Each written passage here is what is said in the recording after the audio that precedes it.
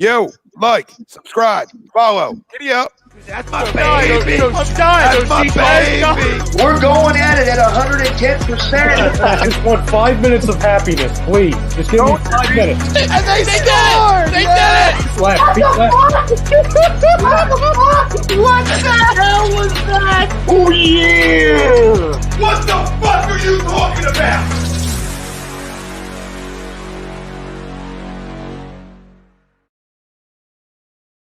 Bob Mannery here, and you're listening to Agree to Disagree, the flagship, only on A2D Radio.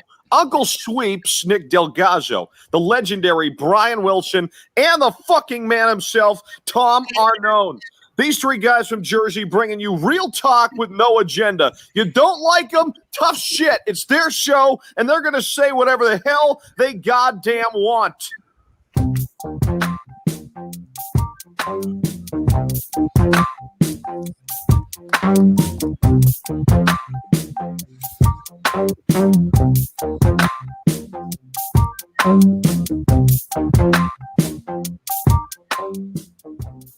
Welcome in, everybody. This is Agree to Disagree, only on A2D Radio. Every Sunday, we are brought to you by our doc. Got to make him yours. Dr. Paul Vidal, Specialized Physical Therapy, LLC, Burlington, Cherry Hill locations. You can find them on the web right down there below. SpecializedPhysicalTherapy.com. Tom Arnone, Nick DelGozzo, Brian Wilson, Greg Milakvoic, the family out there joining us. What up, what up, what up? We'll do Crumb of the Week later on in the show. Flyers versus Bruins. We'll preview that game tonight at Lake Tahoe. That's going to be a fun one. Moved to 7:30. So anybody out there that hasn't gotten that information yet, game's been moved to 7:30. We'll call it Sungate. Sungate going on at Lake Tahoe. So what an awesome game, though. So excited for it. Can't wait to watch it. Eagles, new look. I know you guys haven't had as much time to talk about it as obviously the rest of us have. I know Will's got some chance to talk about Carson, but moving on from Carson, that's going to be the conversation today.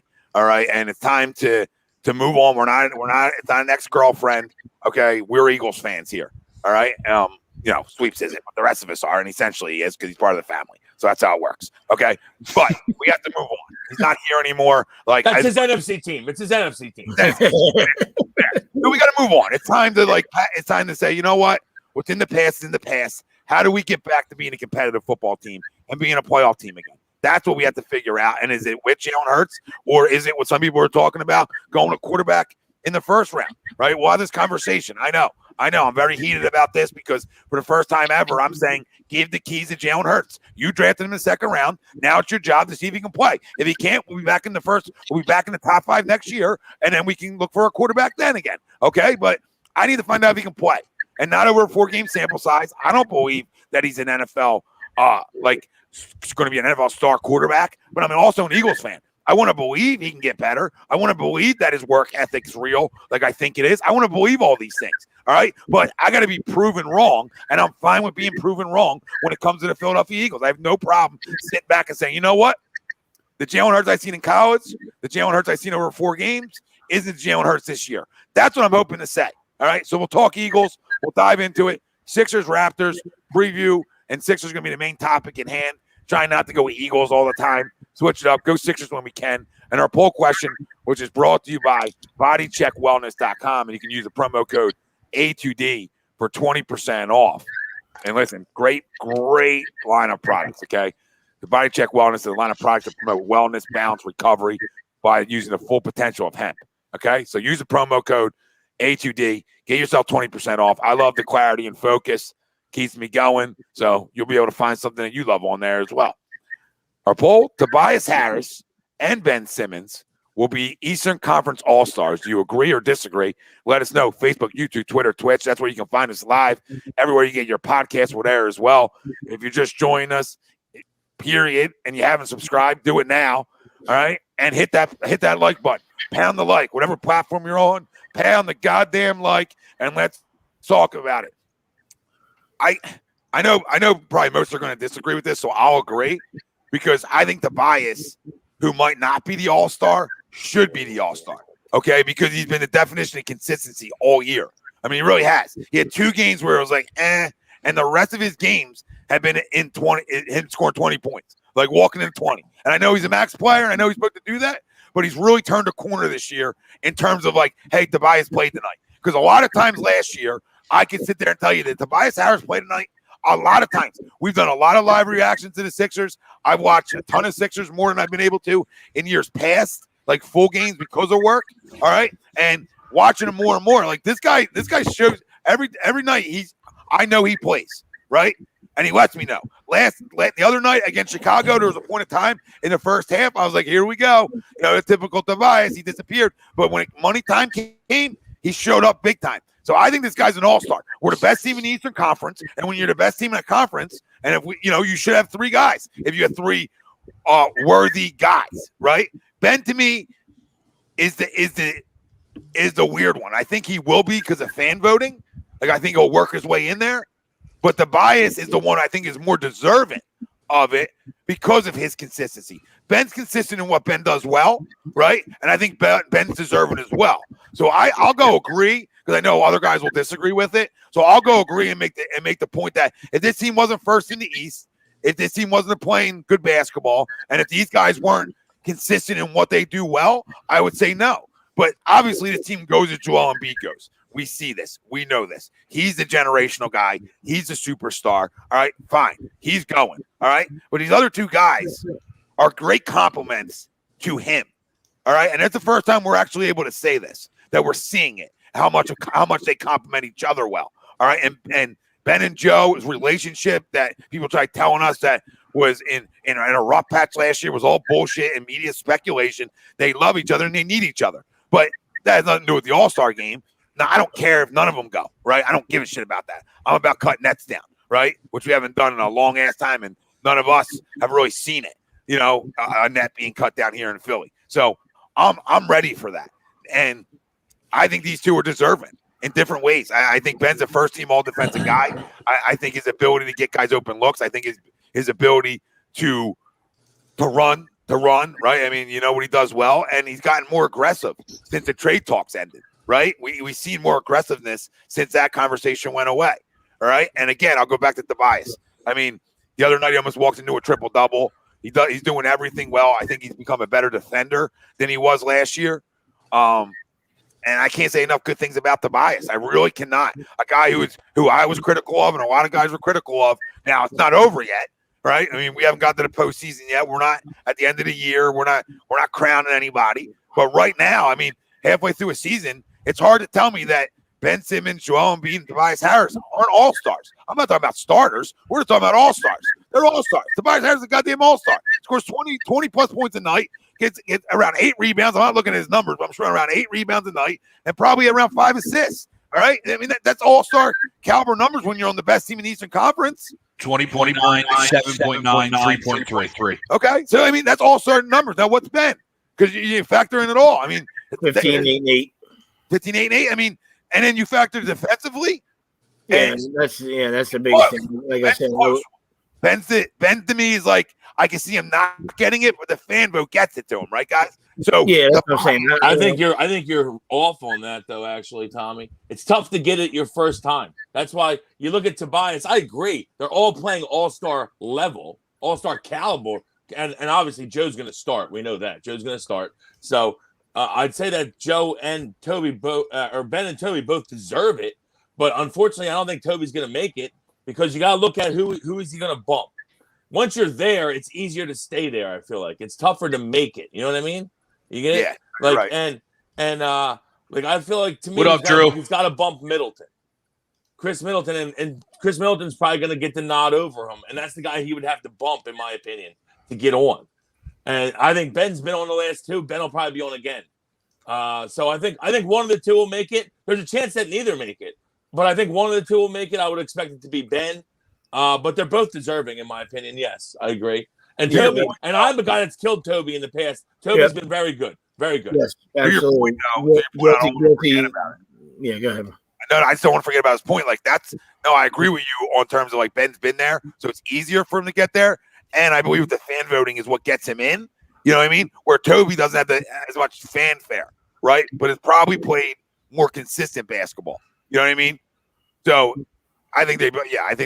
Listen, I like I said, it's a tough question because both of you guys had amazing points, and that's You know what I mean? Because if I was to disagree, I would say, from our eyeballs, and we know how important Ben is, you know what I mean, to our team, you know what I mean, to the Sixers, you know what I mean? But of the two, Toby's been fantastic, and not saying and Ben hasn't, you know what I mean? I'm not taking a shot at him. He's been all, he's been awesome too, you know what I mean, of the two. So, I mean, I don't think they both get in. And to Will's point, that's kind of why we hate the NBA, because nobody uses their eyeballs, right? So, there's going to be times when they just use reputation and stuff like that. And a guy like, whether he's been there or not, a guy like Toby has balled out all season, you know what I mean? And I've murdered a guy, you know what I mean? I wanted nothing to do with him, you know what I mean? So, I have no problem eating a fucking bowl of shit, you know what I mean? Like, it gets to where we got to be, and he's fucking leading the pack, you know what I mean? Like, him and Joe carried us the other night. I know Ben was out, you know what I mean? But like, if he just has, an off night the other night, we lose to the Bulls, you know what I mean? Obviously,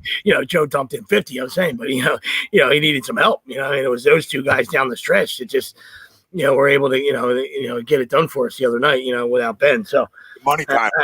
Yeah, there's no reason that you couldn't get, I mean, if you got three guys that deserve it, then three guys should go, you know what I mean? It shouldn't have to just be, three big names, or, I mean, like, household names. All right. But if you were asking me of the two, Wilson's probably right. You know what I mean? Like, Ben would probably get the nod over Toby the way the NBA does things, you know what I mean? Which was a shame for Toby, you know what I mean? Because, you got a chance, how hard it is to be an all-star, in any sport, you know what I mean? And, if you're having a good first half, whether it's, COVID shortened or whatever the hell, you want to put it, I mean, it's, you should deserve to be an all-star. Your effort should be noticed by everybody, not just in your backyard. You know what I mean? Like, we know, what Toby's done, like, and you wonder if the rest of the league sees it. I don't know. Yeah. And I agree with both of you. I mean, I think it's more Ben gets it where Toby's more deserving. You know what I mean? Essentially, not saying Ben isn't. I think all three are. I know you guys do too. I mean, that's the kind of year they're having. And, a lot of teams have missed players throughout this year for either COVID or injuries. You know what I mean? That's just going to be the type of year you're in. And for them to, air quote, tread water when they have missed guys, right? And to be able to, like, get wins like they did the other night, like with no Ben and no Shake, now where are you getting, let's say, 25 points from? 30 points. Where are you getting that from? And we were talking about it on air, like Tobias, needs to be that second fiddle to Joe, and he's been all year where either when Ben's been out and even when Ben's been in there, he's been the definition of that, the Robin, the Batman. Not saying Ben isn't, but in terms of scoring, right? Because it can't be like, it can be Joe. And I said this the other night. People are like, oh, they're relying too much on Joe. Like, dude, that's what you do with greatness. You rely on him, okay? But the other guys just give you enough. Right, give you enough. All right, when I got a guy who shoots 54% from the field, okay, I'm gonna let him shoot. If he wants to shoot 1,000,000 fucking times, let him shoot 1,000,000 fucking times. You understand me? It's made me think they were like in the 90s. Oh, Jordan's taking too many shots. Yeah. Slow him down, guys. Slow him down. I mean, the other night, I think MJ's had a few too many. Paxton needs a couple. Sit in the corner, John, and shut your fucking mouth. Hey, John, if the ball comes out to you, shoot it. Otherwise, pass the fucking ball. And then, Greg, go ahead. But, like, the funny thing is, the other night they tried to double, triple, quadruple, and the dude still got whatever he wanted. Yeah, and he's truly amazing. And like I said, there's nobody in the league that's shooting 54%. Okay, I mean, that's a killer. I don't, I mean, when you're shooting 54% and you're doing it from all different spots, not just in the post, it's remarkable. It's really remarkable. Like, you want to shoot it 5,000 times, go ahead and shoot it. You know what I mean? Please do, because nobody else is going to shoot 54% consistently. Like, that's his season shooting percentage. That's not just the other night. I mean, we talked about it when he first came up into the league. I mean, guy would play 18 minutes and drop 20. You know what I mean? He literally scores a point a minute, and now he's saying, hold my beer on the point a minute. I'm almost going to double triple that. I mean, it's truly remarkable. It is. I mean, you can't stop him. You can't stop him. I mean, the only thing stops him is health, right? And nothing else stops him. I mean, the whole team ran at him the other night. I mean, I feel like whole Chicago team was trying to stop him, and he still goes for a 50 burger. That's when you say officially that you are great. You are great. Because when you try to run a bunch of dudes at you and you still can't stop a guy, all right, that shows me even more that he's coming. He's coming into that player, guys, that we all waited for. That's all. Chicago also has no one that can handle. Well, nobody in the league does, really. In reality, there's a few. There's a few out there. But really, I mean, majority of the league doesn't have anybody to handle him. And just you know, piece real quick. I mean, you understand the whole voting suck. But I mean, I think you can flip a coin with either one of them. You know what I mean? Like I'm not, I guess starting is a prideful thing. You know what I mean? So, nobody's taking anything away from Damon, from Dame. But Luke is pretty good too. It's not bellyache and say smart basketball people only voted for Dame. You know what I mean? Like I don't know. Luke's only almost averages a triple double. You know what I mean? Like I don't know. I just the way I look at it, but it is what it is. Go ahead, Greg, to the poll. Yeah, to the poll, I want to agree because if you look at the last 10 games, he's only had one game where he didn't show up, right? That was the Trailblazers at home.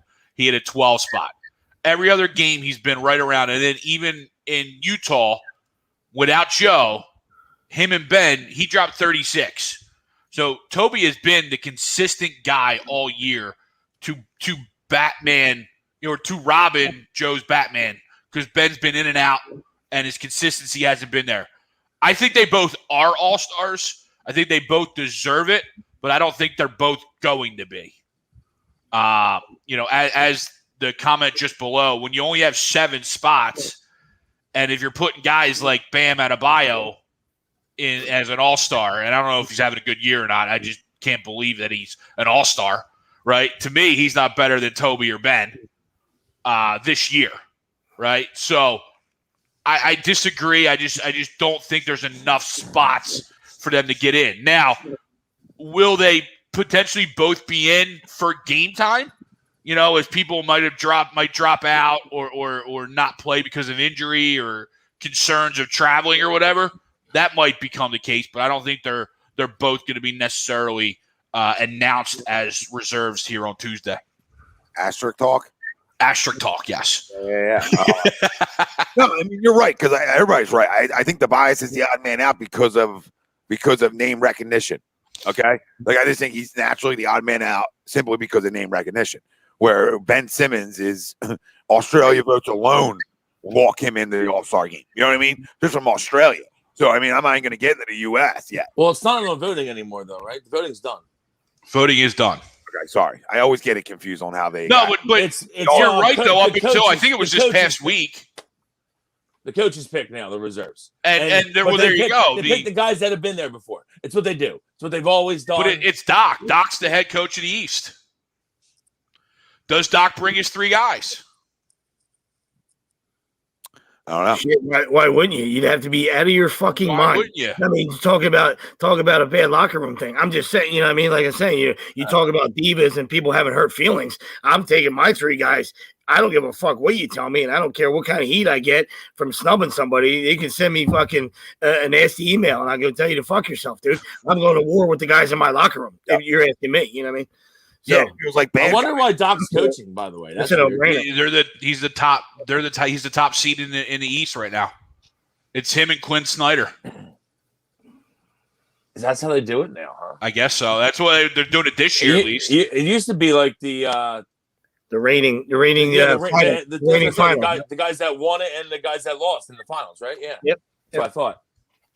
Yeah, well, that's what I was going to say, because I saw the question, have we ever had a coach before? And Larry Brown was after we went to the finals the following year. Yeah, I responded to that one. And to Tom's point, I'm old as shit. So in '83, a Young Sweeps did see a championship. So it was glorious. It was glorious. I didn't want to date you. No, date away, buddy. There's cover up. There's expiration date on this milk, buddy. You can fucking expose away. Expose away, brother. The milk's gone bad.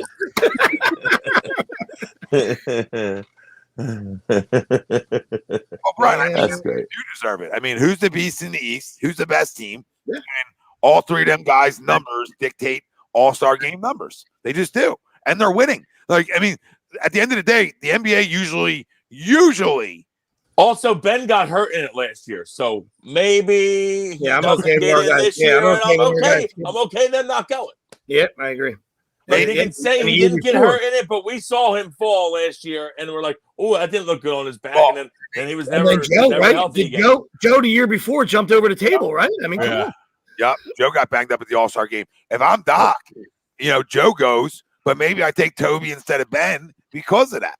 And because he's been fun, who knows? I mean, it could be, and it could be just give him a breather too. But then you have the locker room thing where these guys, ego-wise, they want that.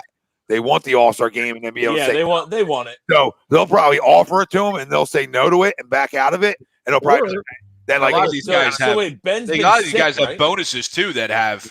Hey, you get a bonus kick in for an All-Star. All-Star. Usually, definitely get another $100K. Yeah, here you go. Here's where I look at the fine print at the bottom of your fucking, the car lease that you just had that you can't fucking see. You just tell the guy, hey, I'm gonna name you I'll make you an All-Star, but a DNP. All right, you're not feeling well. You're not fucking playing. You know what I mean? So you're still an All-Star, and then we can have somebody else play. I agree with this. Devlin, run in there, throw three alley oops, and then we'll sit you back down. Everybody had fun. I agree with this. I think Tatum and Brown should both be there for the Celtics. I mean, I love both their games, so I wouldn't say it's tough. Listen, there's a lot of good players in the league. It's tough fitting people in. That's the guys that are usually like Tatum will be there. You almost guarantee that Jason Tatum will be an All-Star. Will Brown? I don't know. Brown's had a very good year. Kemba's been one that's been there in the past. He shouldn't be there this year because he's been hurt. He's had COVID, but who knows? Will he be there? Tebow time. The East does have studs. I mean, there's a lot. There's a lot of guys. I mean, there's a lot of good players. I agree with John Coletti too. I mean, there shouldn't even be a game. The All-Star game. It's a waste of time. I mean, give out the votes. Let guys make. I mean, it's a terrible game. It's just it's like a dunk contest. Yeah. They actually play in the fourth quarter usually to try to get the win because you get like an extra $50K if you win. It's like 280 to 282. Fantastic display.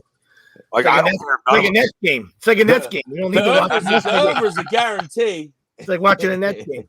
watching a Nets game. It's like watching a Nets fucking game. I don't care if none of them made it. You know what I mean? Because again, at the end of the day, I want to win in the postseason. But obviously, Joel's going to be there. But we'll see how much he even plays in that game. But I could care less if they even play it. But to the poll, I think they're both deserve it. Outside of Joe, if this team wasn't in first in the East, I would maybe have a different conversation with you, right? If Tobias wasn't a different player this year, then I know his numbers are similar. But like sometimes we always do, like the eyes come out, right? Like if you watch him, it's a different fucking player. Like it's not a box score. You can go watch a box score and be like, oh, he's having the same type of season, Tom. And I'm going to tell you, no, he's fucking not. Because in the third and fourth quarter, the dude has a little killer in him now. Okay, that's the difference. I always tell people all the time. You guys know this. You turn on the last 10 minutes of a basketball game, right? Even the last 5, you know who the best players are. You know who the best players are. No sport can you really say that in. Like, probably there is, but you know what I'm saying? Like, not to that level. Like, you can turn on a baseball game in 9th inning, but you don't know you might not know who the best players are. 7, 8, 9 might be up. You know what I mean? But in basketball, you know who it is. You know who it is. They show up. They always do. Football, other guys show up sometimes, right? Like your great quarterbacks always do. But like 2-minute drive, yeah. Other guys show up. Like defensively, you'll hear a guy you never heard of. Did he play all year? What a great sack. You know what I mean? But like, basketball is that one sport where you turn it on and it's like, okay, who's the best players on the Sixers? Superstar driven. Yeah. There you go. That's exactly what I was going to say. It's a superstar league, as we see by the super teams. Yep, and that's what you know. So the Tobias Harris I've seen this year has been a guy in those times that has been way more clutch, and not just talking about the shot versus the Lakers. I'm talking about every game outside of 2, maybe 3. This dude's been really aggressive and has shown a confidence in learning how to play with the guys he's been playing with, right? That's a huge part of it. Getting used to Joe and Ben, right? And the more they play together, they've gotten better together. That's part of it. And then trust, right? Trust and saying, you know what? Where do I stand on this roster, right? And that's the big thing when you come in somewhere. He came in, Jimmy was here, so Jimmy's going to take a lot of shots from Tobias per se, right? Okay. Now it's like last year, it's like, where do I fit in? What's my role? And this year, I think he's finally figured out that, hey, I am the second guy. I got to score at a high level, And I think he's learned to take ownership of that role, right? That's what I'm looking at. That's what I'm watching. You guys think differently? No, I agree. How about and he just, to me, he just looks comfortable out there. Like, he's comfortable in Doc's system. I mean, obviously, we know the best he played before he was here was with Doc at the Clippers. So he looks comfortable, and it's letting his game shine. And he's taking advantage of his mismatches. I love the way he's playing right now. When he's open, he shoots the jumpers, but he's been going inside a lot more. And a lot of times he has a guy that's smaller on him because he's technically playing. I know he's playing a 4, but really he's almost like a 3 because a lot of times the bigger guy's on bench. You know what I mean? So it's like a lot of times he has a mismatch with a guy that's like 6'5" on him, 6'4" on him, and the guy can't guard him. So I love the fact that he's taking him in the paint. He's getting a lot of looks in the paint, and I feel like he's been dynamite. He's probably been 65-70% from 4 to 8 feet. Yeah, that's stuff he struggled with last year too. Was like he struggled with finishing bunnies. Finishing, yeah. Yeah, he did too. And that's why I think like he got stronger. And then guess what? You know what else happens? You follow greatness, right? And when your best player is fucking flat out dominant, it raises the level of guys around them. All right? That's how it works. Right? And that's another thing we're seeing. Because that guy's just a fucking problem. And I know he's my son and all that. That dude is a problem. He's a problem. I'll say it a million times. He's got a Tim Duncan fucking elbow jumper, which just doesn't miss. Okay, that reminds me of Timmy. Okay, like Timmy always hit the elbow at will whenever he wanted to. When he wants to put his back to the basket, he's dominant like Shaq, and his feet move like a king. Okay, and then the ability to hit fucking step back jumpers. Like we're hitting just need him to be on the floor. That's really it. He just needs to be on the floor.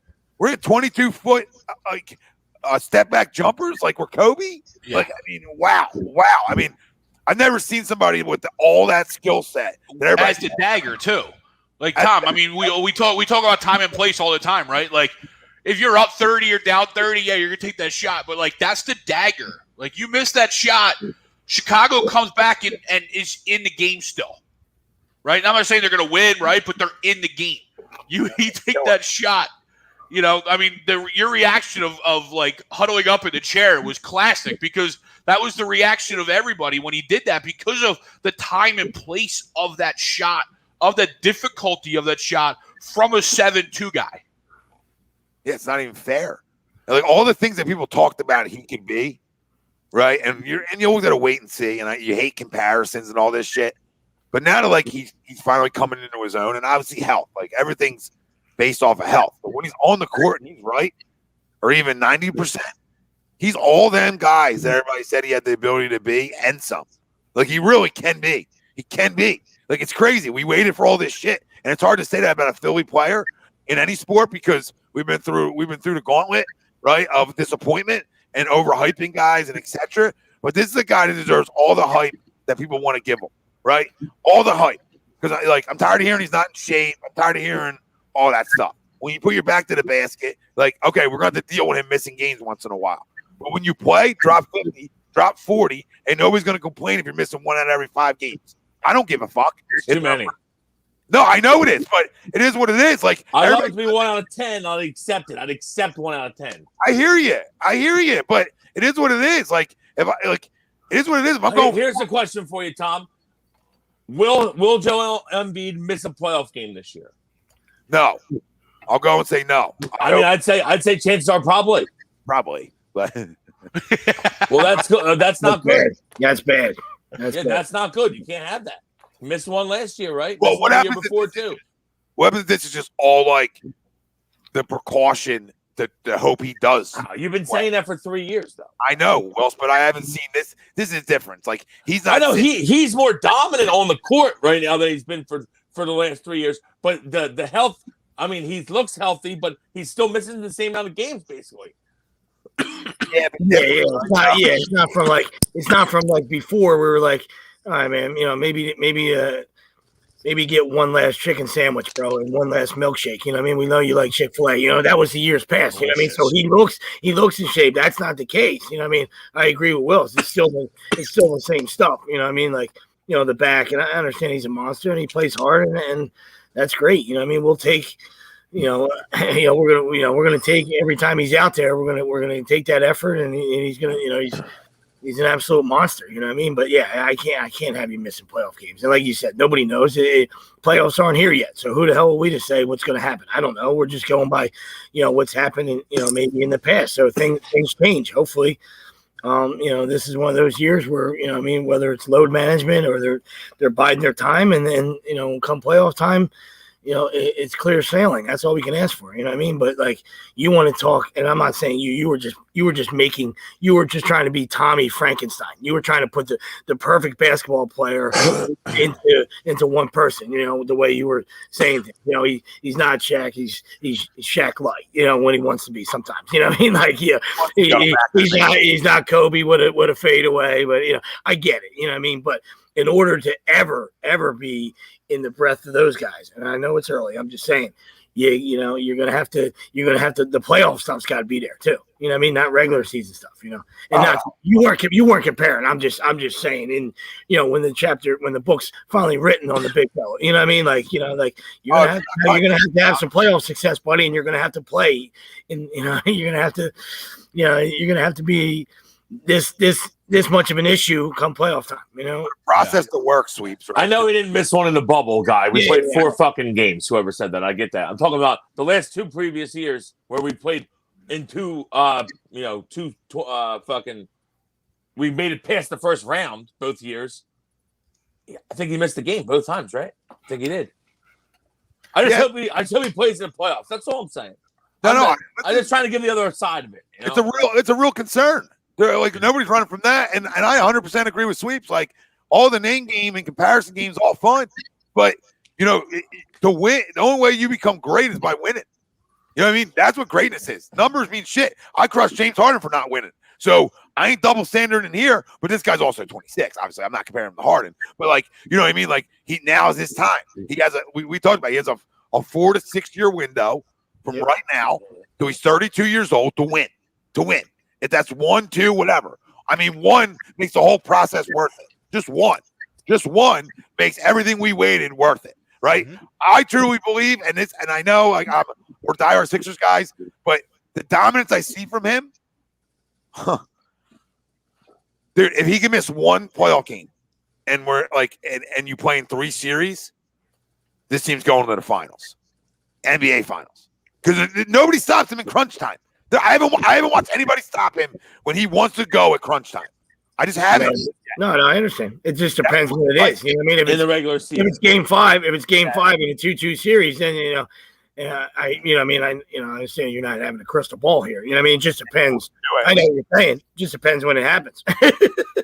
Yeah, game 7. Yeah. I just want to see him be dominant in the playoffs. That's all. Be dominant in the playoffs because he's had. Yep. That the Toronto loss, the game 7 loss. Jimmy brought us back in that game. Joe was sloppy late in that game. Get on, John. I just want to see him. I just want to see him be dominant in the playoffs. 2 years ago, though, right? I mean, I agree. I know. Because the one thing he doesn't do bad anymore in crunch time, which was a huge Achilles heel of him, was turnovers down the stretch. Right? Never forget. He's really cleaned his act up with that shit. Okay. Stop dribbling so much. I feel like, which he did a lot more. Too much dribbling before. You're too big to be doing all that dribbling. There's little guys that grab the ball. All right? Fucking do your move, get your shot. He's doing a lot more of getting his shot, knowing his shot, getting his shot. Breaking news. 55 people are watching over on YouTube. Only 22 likes. Good news to pound that like button for us, even if you fucking hate every word out of our mouths. Pound the like, hit the subscribe. Let's go. Keep the comments coming. Big John told us before he's 6'8", so he'll smash your heads. So get a couple of likes in there. John, it still hurts. It's a little better. Swelling went down a little bit, so we'll keep rocking through it. He's a gamer, though. Try to be. But Tommy, back to your earlier point about Joel. Previous to this year being that point a minute guy, that was the frustrating part of leading up to kind of this year was you saw the dominance, you saw the glimpses of greatness. At times we just were never able to get a good enough sample size or the pure dominance he's displaying this year. Right? There's been glimpses, but this is a complete domination when he's there. It's the eyes. It's the consistency, right? It's the eyes like Tobias. Like if you watch him, he's a different player. Now, none of that same takes away thing from missing games, right? Yeah. None of that takes away from missing games. So like I said, I can deal with you load managing once in a while, then not playing him in certain spots. I'm okay with that because when you do come back and play, then give me 40. Yeah, that's what I'm saying. And I always before, like whether we're Sixers fans or not, you know what I mean? Like from my perspective, not like necessarily you guys, but I had Joker in front of him. Now it's not. I mean, Joe is past Joker, and I Joker's fantastic. This isn't, it's not, he hasn't taken a step backwards. Joe has just elevated 5 more steps this year in my eyes. That's the best way to say it, Sweeps. It's not. By the way, yeah, go ahead. What are you saying? Prism, I saw Prism's comment, and Glaregate. We saw the ice is melting. I saw Cohen jump in earlier about Ben. He's on track to play tonight. He's expected. Him and Shake are both expected to play tonight. Now, so Ben was sick, right? Yeah. Yeah, Ben had the flu, but it wasn't COVID. No, it's just like the flu. It still exists somehow. And wow. Yeah, Shake scrimmaged on Friday, so he should play tonight. Yeah, they both should play. I don't know. They're probably limited. The reports on Ben were interesting. I mean, the sources I have told me it was scoring sickness. So take that for what it is. He dropped 40 and woke up a little hungover the next day. Like, who was that guy? Who am I? He's got the scoring sweats. I didn't get a chuckle out of you, huh? Well, says it. Something like that. You didn't like that one, huh? You've had better. Felt right. I feel like I really led up to it well. You know what I mean? Like, when I hit you with a source. You hit me with a source. Yeah. I know. There's nobody. Who's he sourcing? Sourcegate. You got sources like Eganoff. She was all over the place this week. Hey, Natalie, bring another source out. That's wrong. We dropped the source late night, the night before the trade. That was a bad source, too. Well, it was right. Got it from that. Wrong. Right. Wrong team, but he's right. That it was a done deal. He was gone. Yeah, and we got the Bears. But obviously it wasn't the Bears. But he's still gone 12 hours later. So somebody's like, dude, it didn't happen tonight. It happened the next day. I said, bro, we posted at 11:30 at night. They're like, how business days work? The next fucking business day. That's how it works. And somebody actually said that. It was one of the dads I coach his son, and he's like, yo, you can take it for what it is, but I heard from Carson's lawyer that it's a done deal. He's gone. And I said, the where? And he said, the Bears. And I was like, oh, okay. And I put the Bears in there, and I was like, I'll take it for what it is. Like, I don't know if I believe it or not, but I'll take it for what it is. I'll try it. Do a little run. I was like, God damn it, we were just a team off. Fuck. Oh my God, I don't even want to know. Tom, odds they draft a QB at 6. Hopefully not good.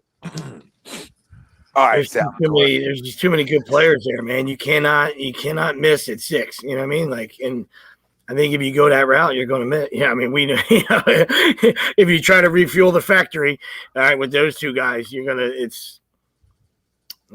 miss. You can't miss there. I just don't like the quarterbacks that are going to be available there. I said you can't. I don't even think that Fields is going to be there. People keep saying Fields will be there. Now he could be. I think Lawrence and Wilson definitely won't be. We know that. And Lawrence is the guy that I would want. So if I can't get Lawrence, I'm not taking a quarterback, which means I'm not taking a fucking quarterback. Yeah. Give me Surtain or give me one of the big receivers, even though I'd rather go Surtain or even Micah Parsons, even though I know they're not going to take him. I'd rather go that over a QB. Fuck, I'd rather go offensive tackle over a QB. Yeah, that's what I'm saying. You got 4 choices there because if, like you said, if the quarterbacks move up, if those 3 go, those spots. You got the Pee Wee guy. I don't know how to say his name, but the lineman is a monster. Oregon, right? Yeah, that guy's an absolute building. You know what I mean? And then you got any of the receivers, and you got Surtain or Parsons. And they won't do that, but I mean you got a choice of a lot of absolute pimps. There's a lot at the buffet table. And to go Lance or Fields would be typical Howie and a typical miss. I mean, you'll throw up. You'll throw up. You don't. I'll fucking. I said this on Thursday, Sleeps. God, I'll kill myself on there. You don't. I said it Thursday. I'll kill myself on there. We draft Trey Lance. I'll kill myself on there. Well, I'll say this, right? Tune in. I watch I don't watch North Dakota ever, so I wanted to just watch Trey Lance. I'm not impressed. I know people are all excited. Okay, he throws a deep ball. Great. We got Studfeld for that. I'm not fucking We're doing going back to the North Dakota State well. We're going back to the well because it worked so well before.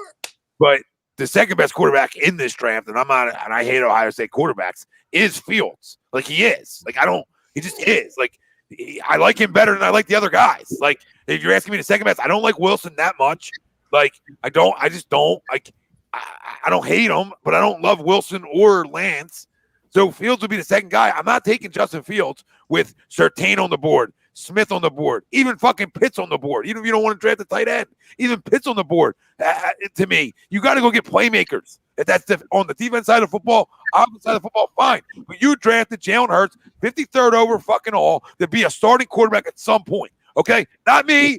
You did. So now take the keys out of your pocket and fucking hand them over. And then you traded Carson Wentz, so it's his team now. It's his team.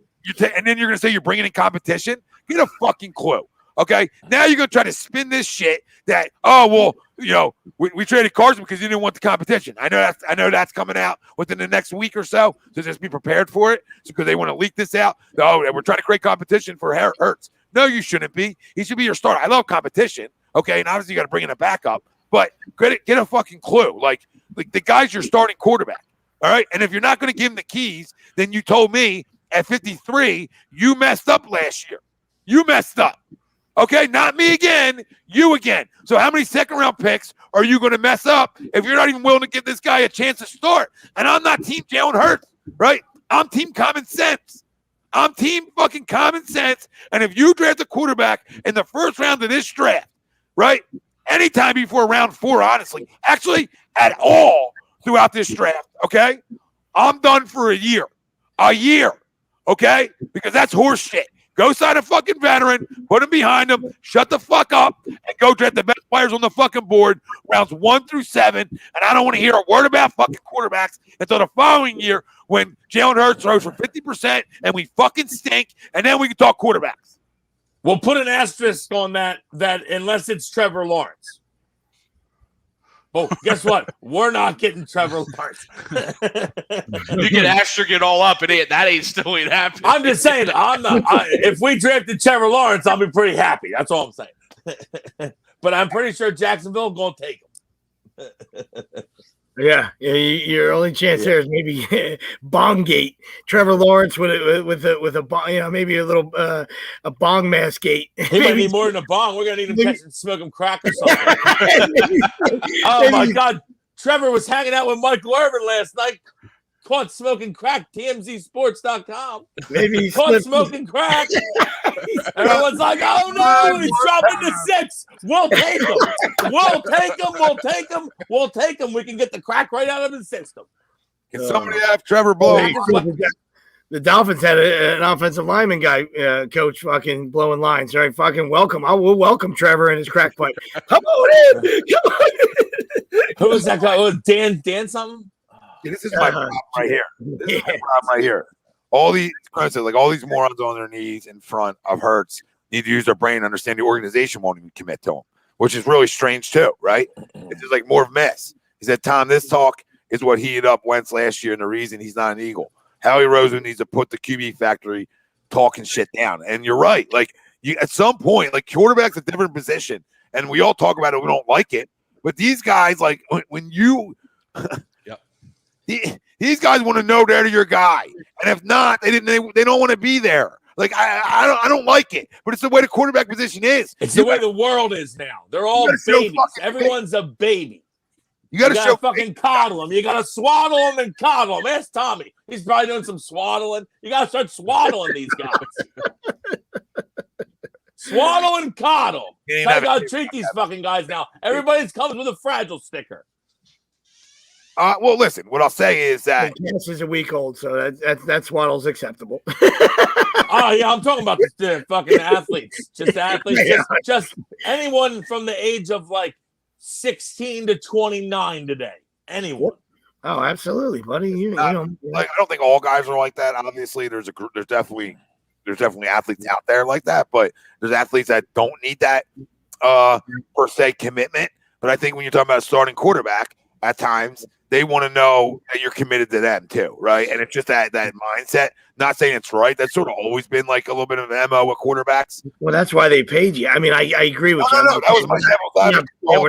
We're not backtracking, but like you walk in the room, like your bank account, is your big dick. Even if you got a tiny dick, your bank account's like, hey man, I got 130 million reasons. All right, for you guys to kiss my ass. Let's go. All right. You remember that video? When's the next huddle? When's the next huddle? That's what I was yelling at. I mean, in the video, I was yelling at. That's exactly what I was yelling about in that video was, everybody looks to you as the guy when you get paid that much money. Everybody wants to drive your car. Everybody wants to have your house, right? Like everybody wants to have the things you have, and that's a commitment as an organization. But my point is most organizations commit with money, right? We commit with money, and then we go draft your replacement. That's the fucking issue here.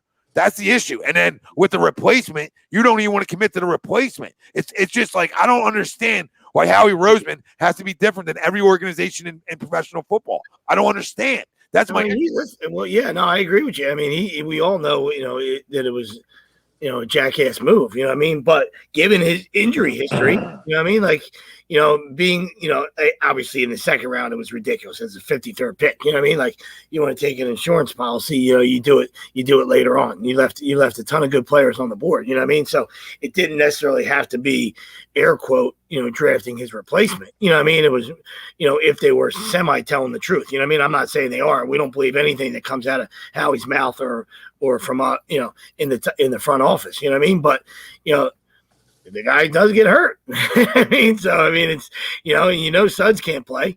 That fucking guy can't play dead. So we agree on that. We agree on that. It's like protecting, when you pay something that much money and it gets hurt, you want to get insurance policies out on it, right? Like for anything in life. So like that, like when I sat back and thought about why they drafted Hurts, I understood it, right? Totally. And as a fan, I understood it because like, okay, we're trying to win games if he goes down, right? Because we thought we were going to compete last year.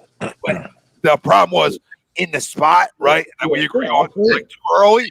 But again, like I don't think Carson might have had a little bit of an issue with it, but I don't think that has anything to do with why he played bad this year. Like we were a bad football team.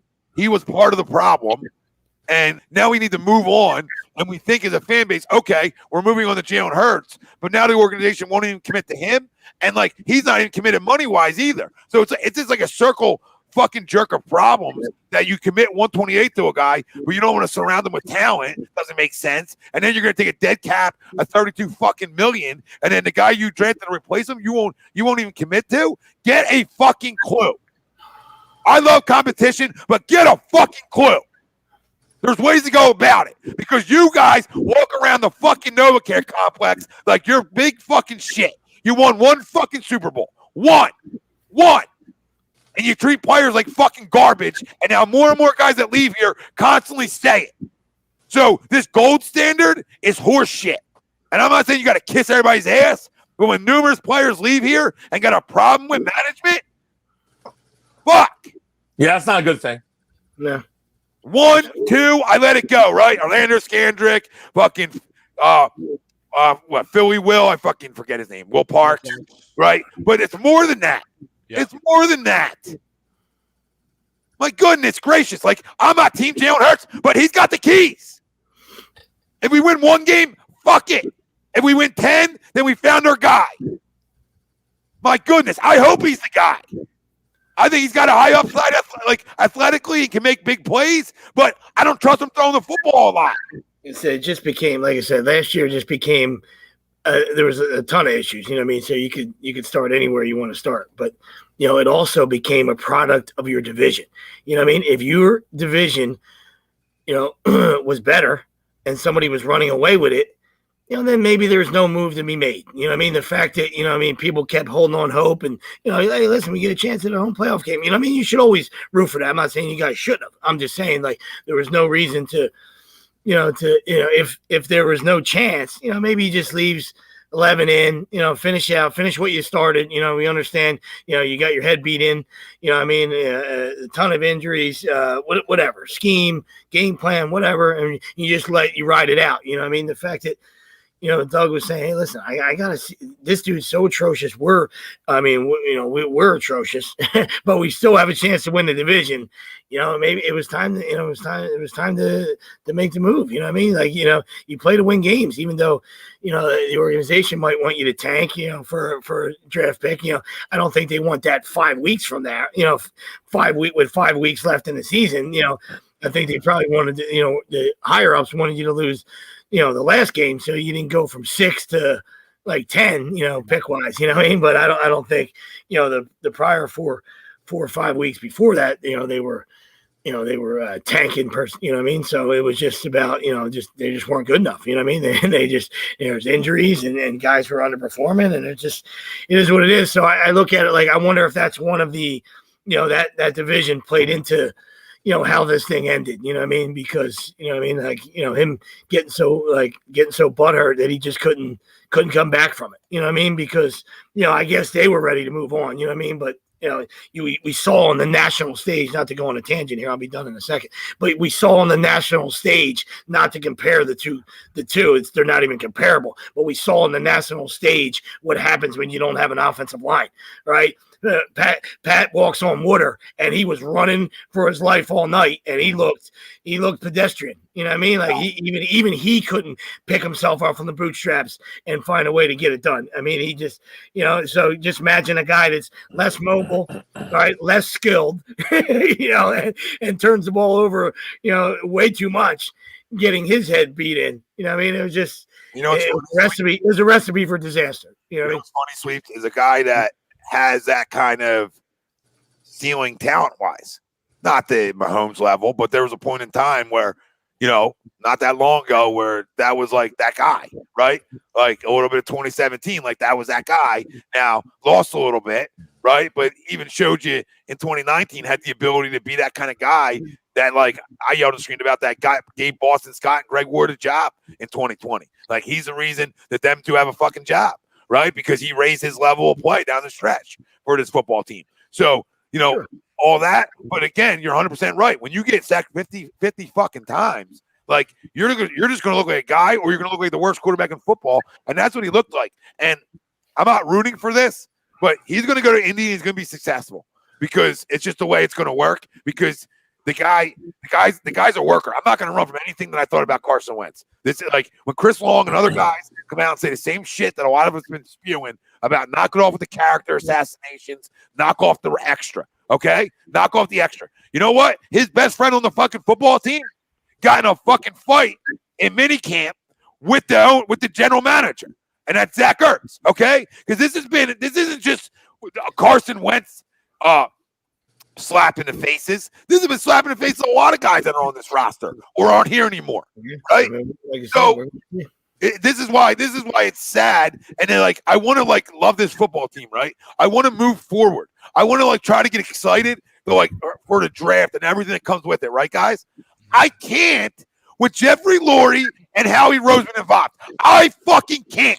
I can't, not because they traded Carson Wentz, because of everything. Because I watched a Super Bowl team that we all thought was going to go back again at least one more time over this stretch, get worse and worse and worse. And everybody wants to blame it on everybody else, right? Doug can't coach, Carson stinks, blah, blah, blah, blah, blah. Instead of blaming the guy shopping for the groceries who we've watched miss.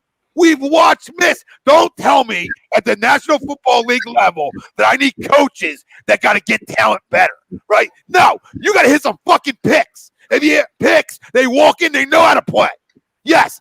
Is it part of coaching to get guys better? Sure. But everybody, Doug can't develop talent. Get the fuck out of here. We don't know that. How about the guy who's drafted and can't hit talent? We watched him miss for years. So am I not blaming Doug? Doug's gone because he won 4 fucking games. Bye, girl. Carson's gone because he was the 32nd ranked quarterback. It happens. Okay? All right. I don't have to agree with either one, but they're gone. but the two guys that are responsible for constructing everything that goes on in this organization. So have cushy jobs and fucking raises, essentially. And Jeffrey Lurie, 365 days a year, wants to be in the national fucking spotlight, and he became a fucking mainstream media leaker. Leaker, you fucking piece of shit. And I don't care if you don't give ATD access to any interviews ever. I don't care. Because what I've witnessed is you ruin your franchise because you want to get handsy. And now you won't even give the quarterback the keys that you all were so in love with? You try telling me he was you try telling me he was Russell fucking Wilson? You nerd. Did you watch Russell Wilson throw the football? Shut up. Sorry, guys. Appreciate you guys letting me have it. Because I want to trust. I want to trust. I can't trust him to hit 6. Did 6 sweeps. Greg Wilson, I can't trust this guy to hit number 6 in the draft, which is layup line talk. Layup line. With this class, it should be layup line. We mentioned earlier, there's a bunch of different options you could go, except quarterback. Yeah, no, absolutely. It's just it literally is going to play out. It should play out so perfect for us, unless we do something fucking stupid. It should play out so perfect for us that 3 QBs and an offensive tackle go in front of us, and we have pretty much the pick of the litter after that. Everybody we want. And we'll go and reach. Yeah, more than likely. Hey, Jalen Waddle at 6. Fuck me in the ass. No, our luck. It'll be. I mean, I like Waddle actually, but he won't go top 10. He's more of a speed guy though. He's not. As big. We won't take the Heisman winner on the same team that's probably there on the board. We would take Waddle. No, but he won't go top 10. Like Smith and Chase will probably both go around top 10. And if we take one, we'll take the wrong one. That's why I'd rather just take Surtain. I told you. Take Chase, he'll stink. We'll probably take Farley because Surtain will walk in and have a limp because he was on the you know what I mean? Like we'll take Farley instead of Surtain. Listen, it's Surtain or Pitts to me. And I know you're not into that game with me, Wilson. That's fine, and you don't have to be. But they're my 2 guys. To me, you need. There's more. I hear you. I know you like not Pitts. Just a tight end, dude. I just think that he doesn't got the. I'm not impressed with the. He's not as athletically gifted as I want a tight end to be to go top 10. I hear you. Go watch him again. Go watch him again. I will. I mean, I hear you. I wasn't great hands. I have great hands. I said no, and I just watched him 2 more times. Now, granted, it's highlight tapes, but I watched Chase highlight tapes, and I wasn't impressed because he's wide open. Right? I watched Pitts, and I'm watching him go up in double coverage or go one-on-one with a corner that no corner in the National Football League when he's 6'6" is going to be able to match up. So because of mismatch nightmare, that's what I saw. Listen, I've been wrong a million times, but Surtain is my number 1 guy that I wanted 6. It's not even close. Now I have Smith after Pitts, okay, because I love Smith. Okay, I don't think he's going to be there, but I love him. Chase is 5 for me. I have Parsons over him because I'd love to get a great linebacker that makes plays, so I hear you on that. But you know, we'll never take him. Wide open. Chase scares me because he's always wide open. Now, is it him just getting wide open? Or I was just going to say, is that a bad thing? We have a bunch of receivers that can't get open. But it just worries me. Like, I'm watching stuff, and it's like, now I know he played with Jefferson and Barrow, and that scares me now because, like, you played with 2 guys that are pimps. So, are you a pimp too? Or are you just, like, a pimp because you play with pimps? Like, are you getting boosted by pimps? Well, he has boosted by pimps or pimp. After missing a whole year, he still has where he's tied for the most touchdowns of 20 yards or more in college. You know, in the last 4 years of college football, or 3 years, whatever it is, and he missed a year. Yeah, he's decent. I'm not going to pass on him. Like, you know what I mean? Like, that's why he's 5th. He's not like I don't got him ranked out of the top 10. You know what I mean? I'm just not as high on him as I am with like Pitts and Smith. Like, Smith to me is better because Smith is another guy who's a better route runner right now. Like, Chase plays a lot of outside. I like that Smith can play both in and out, right? That's sort of what I'm looking for because, like, you notice more and more in this league, the guys who can win in the slot is what creates a lot more guys going wide open. You know what I mean? Than they do on the outside. That's why that's why Pitts intrigues me, and that's why I love Smith. I always have. But I want that corner though. I want pedigree talk. I want a lockdown corner to go along with Slay, and I want an identity. I want a fucking identity on defense. I want to put out fire with some water, right? Let's get some water and actually try to stop some of the offenses that we're going to face this year. And if we can keep some of our front four together, and we actually had 2 legit corners, guess what? We maybe could win 8 games, 9 games. I don't know. I got to see how the roster plays out. I don't know how good Jalen Hurts is going to be, and I don't know who we're going to cut. But if our line is healthy, now again, this is a huge but. We should have pretty good D line and O line still, like on paper. And if they're healthy, if your lines are good, you can compete in this league and win games. So, I mean, there's a chance that we might not be bad. There's also a chance we might be really bad. But we're not sure who we're cutting yet. To that point, though, Wells, I think if the only parts of your team are good are the lines, there's other, obviously there's other holes. Because I do ultimately agree with you. I do ultimately agree with you, though. On paper right now, in theory, your offensive line should be above average to good. Yeah, right? Absolutely. Anytime you have Lane, Brandon Brooks, Jason Kelsey on one side of the line, that puts you in the above average good category, right? Now, which are all of those guys back? Because that left side is the young side. That's your Mailata or Dillard, and then you say Amalo or Herbig, right? Whatever. But they all got experience last year, so that can be a good thing. And then the offensive line or the defensive line, same thing. Is Cox back? Is BG back? Is Hargrave back? Are you extending these guys' contracts to work the money out, right? So that you could be somewhat of a player in free agency? Or are you just straight out, or you just flat out cutting them? Graham are back. Cox, I agree with you there. Cox and Graham are back. Malik Jackson is definitely getting cut. You can Correct. mark that the fuck down. Hargrave is back. Hargrave's going to be back just because it's only been 1 year, and you guys got to hope he has a better year this year. He didn't really have a very good year this year at all. So you hope next year he has a better year. This coming season is a better year.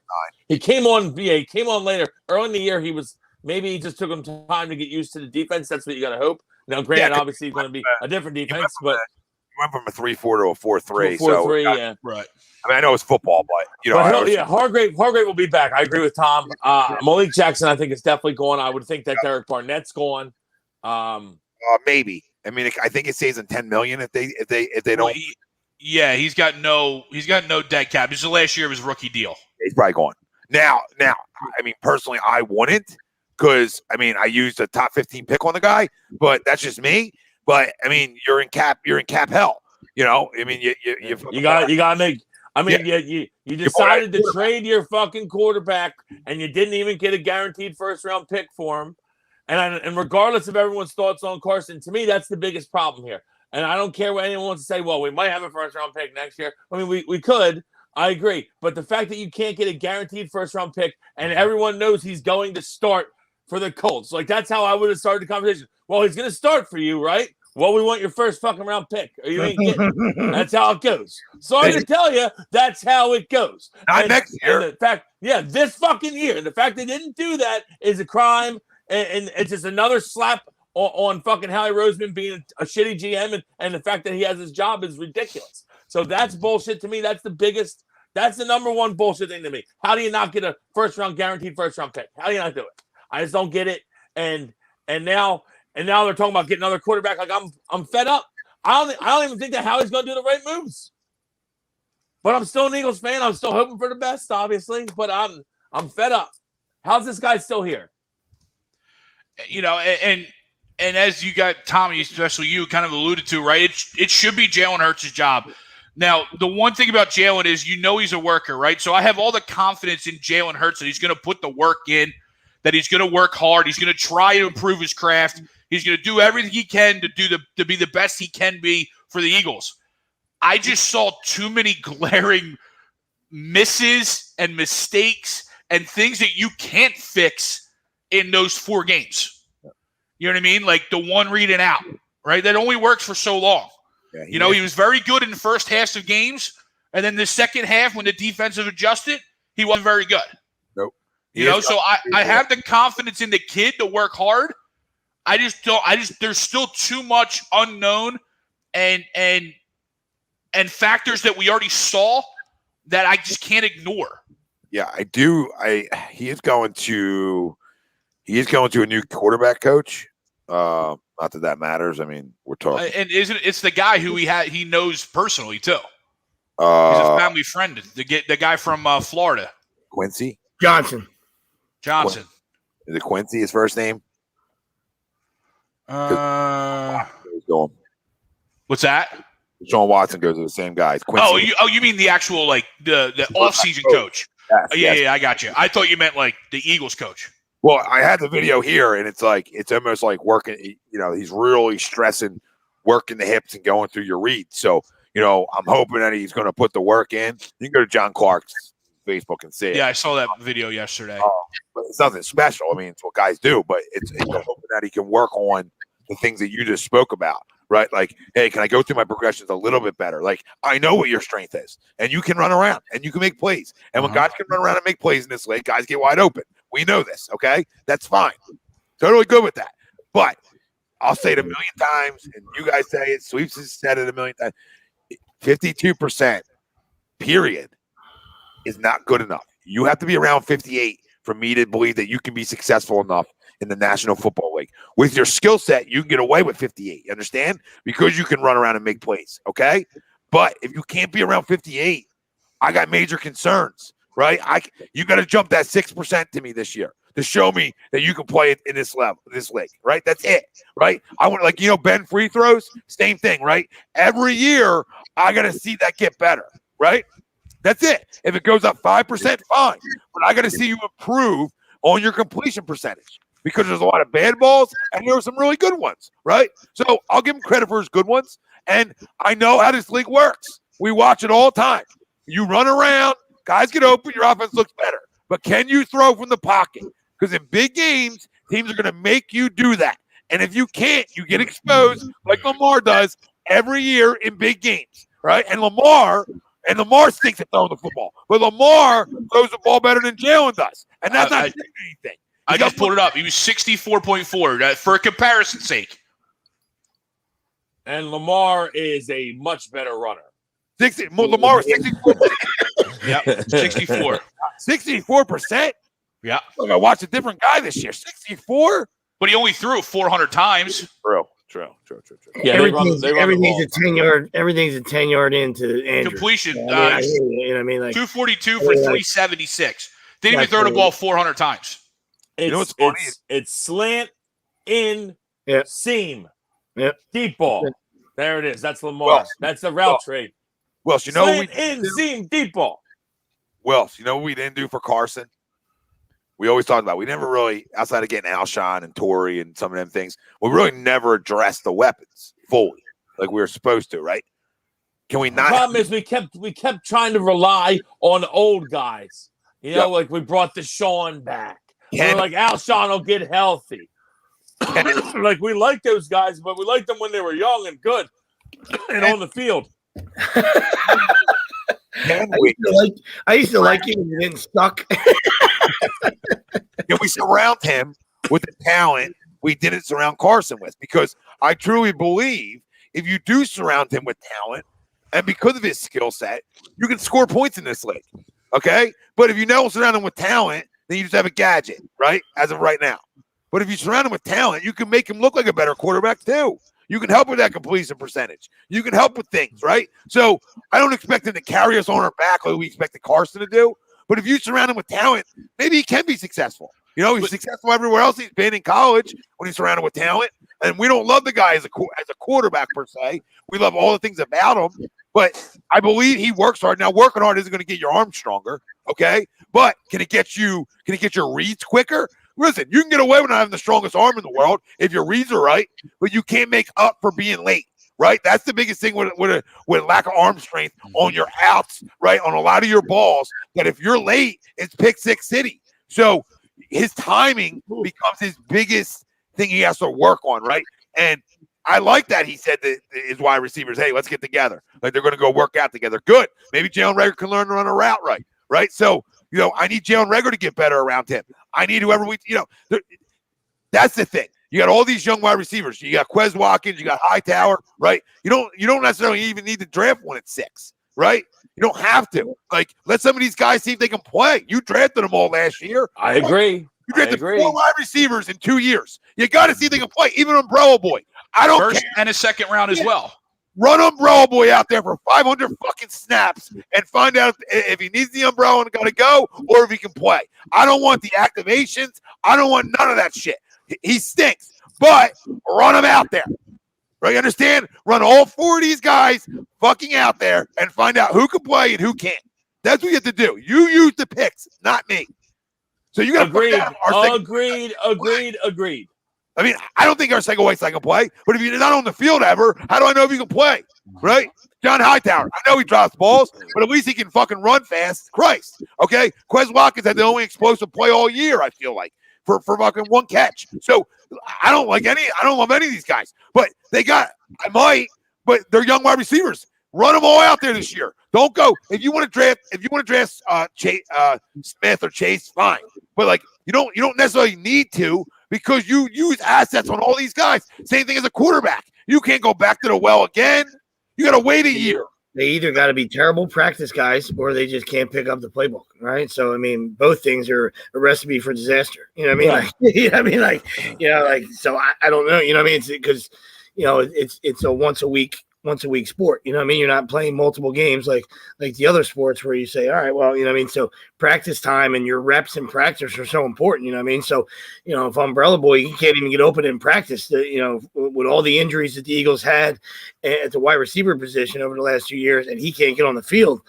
I mean, that tells you all you need to know. You know what I mean? Not about, hey, man, I can't wait for my opportunity. I wish they would just give me an opportunity, man, and I could show you what I can do. Like, you get an opportunity every day in practice. You know what I mean? Like, they held on to something, like Will said earlier. The only thing I would say to that maybe is, like, they had this love affair for these aging vets that couldn't play, and they always tried to, like, get these guys on the field if they were like 70% healthy. Okay. Never played either, though. I'm not going to play to that. And then it was like, because they had different wide receiving groups every fucking week for some reason.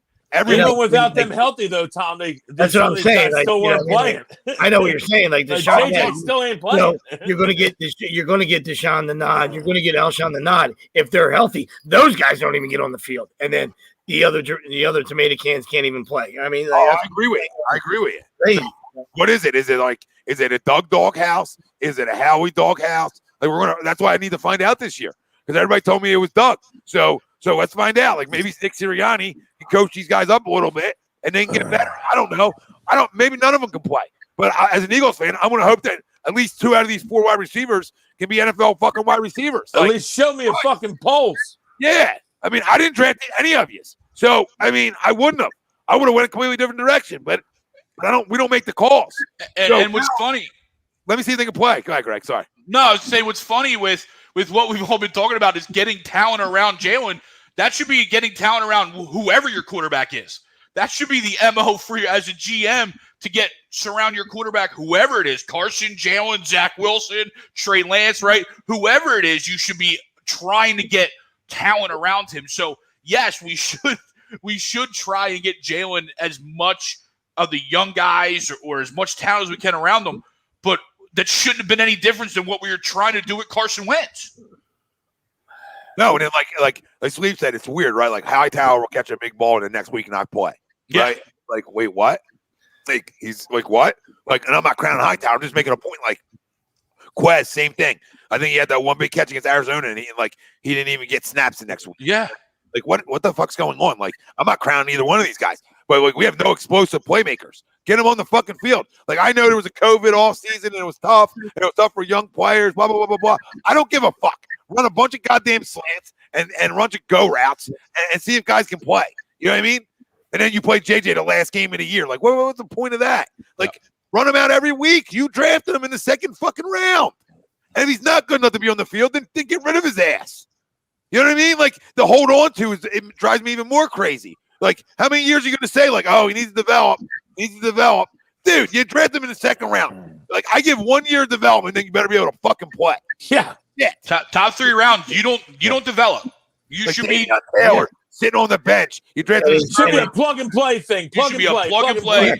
Top And 3 he was a red rounds. zone, and he was a red zone guy at Stanford. So like that should have been your MO here. I'm not comparing the legs. You know what I mean? I'm just saying, like, if that's your thing, then you should at least, you would imagine that he would get an opportunity in the red zone to make plays. You know what I mean? Because of his size, because of his size and where he had success at the collegiate level. You know what I mean?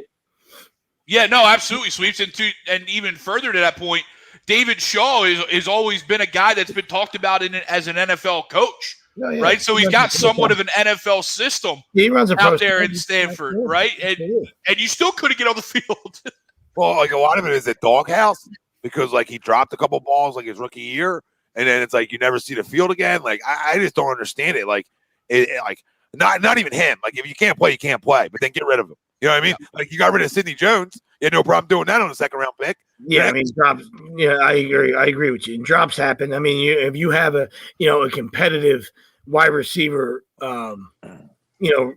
wide receiver room, then I understand. Then you fall in the depth chart. You know what I mean? But when you're talking about the Eagles' problem in the last couple of years, just not having the bodies there, at the wide receiver position.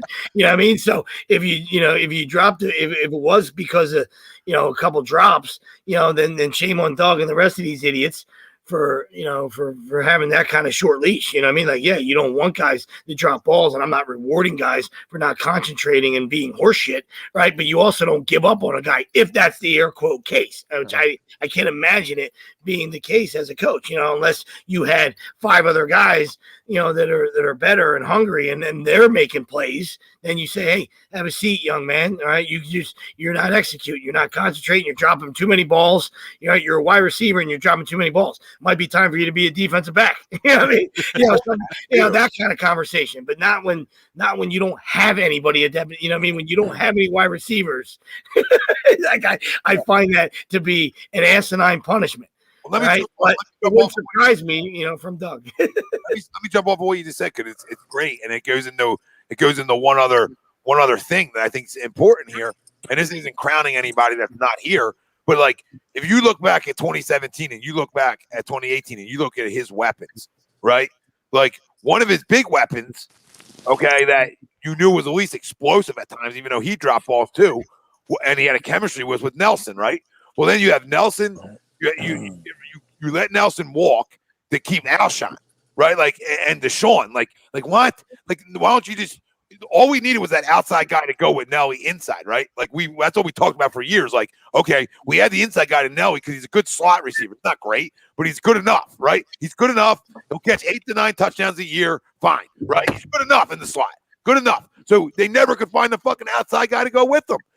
So they don't find the outside guy. They try making it JJ. He's not the outside guy. And then you get caught with your pants down even more because now you can't afford to bring Nelly back. Another guy that was drafted here, right? You can't afford to bring him back because you use assets on other picks and you paid Alshon. You know what I mean? All these things, and you can't keep your younger guys that actually can play a little bit, right? So now, you know what I mean? This isn't the Nelson party. I'm just making a point though, like that's a guy who at least got open. Christ, he would. That's to your point. That's the case of that's the coaching mismanagement that we're talking about because he was your outside guy. Nobody's saying that he's Randy Moss, right? But he was a speed guy at USC. There's no reason to put him in a slot. You know what I mean? I understand you can create matchups and stuff like that, but you saw how the Raiders used him.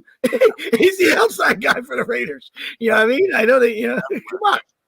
Yep, you're right. They used him everywhere.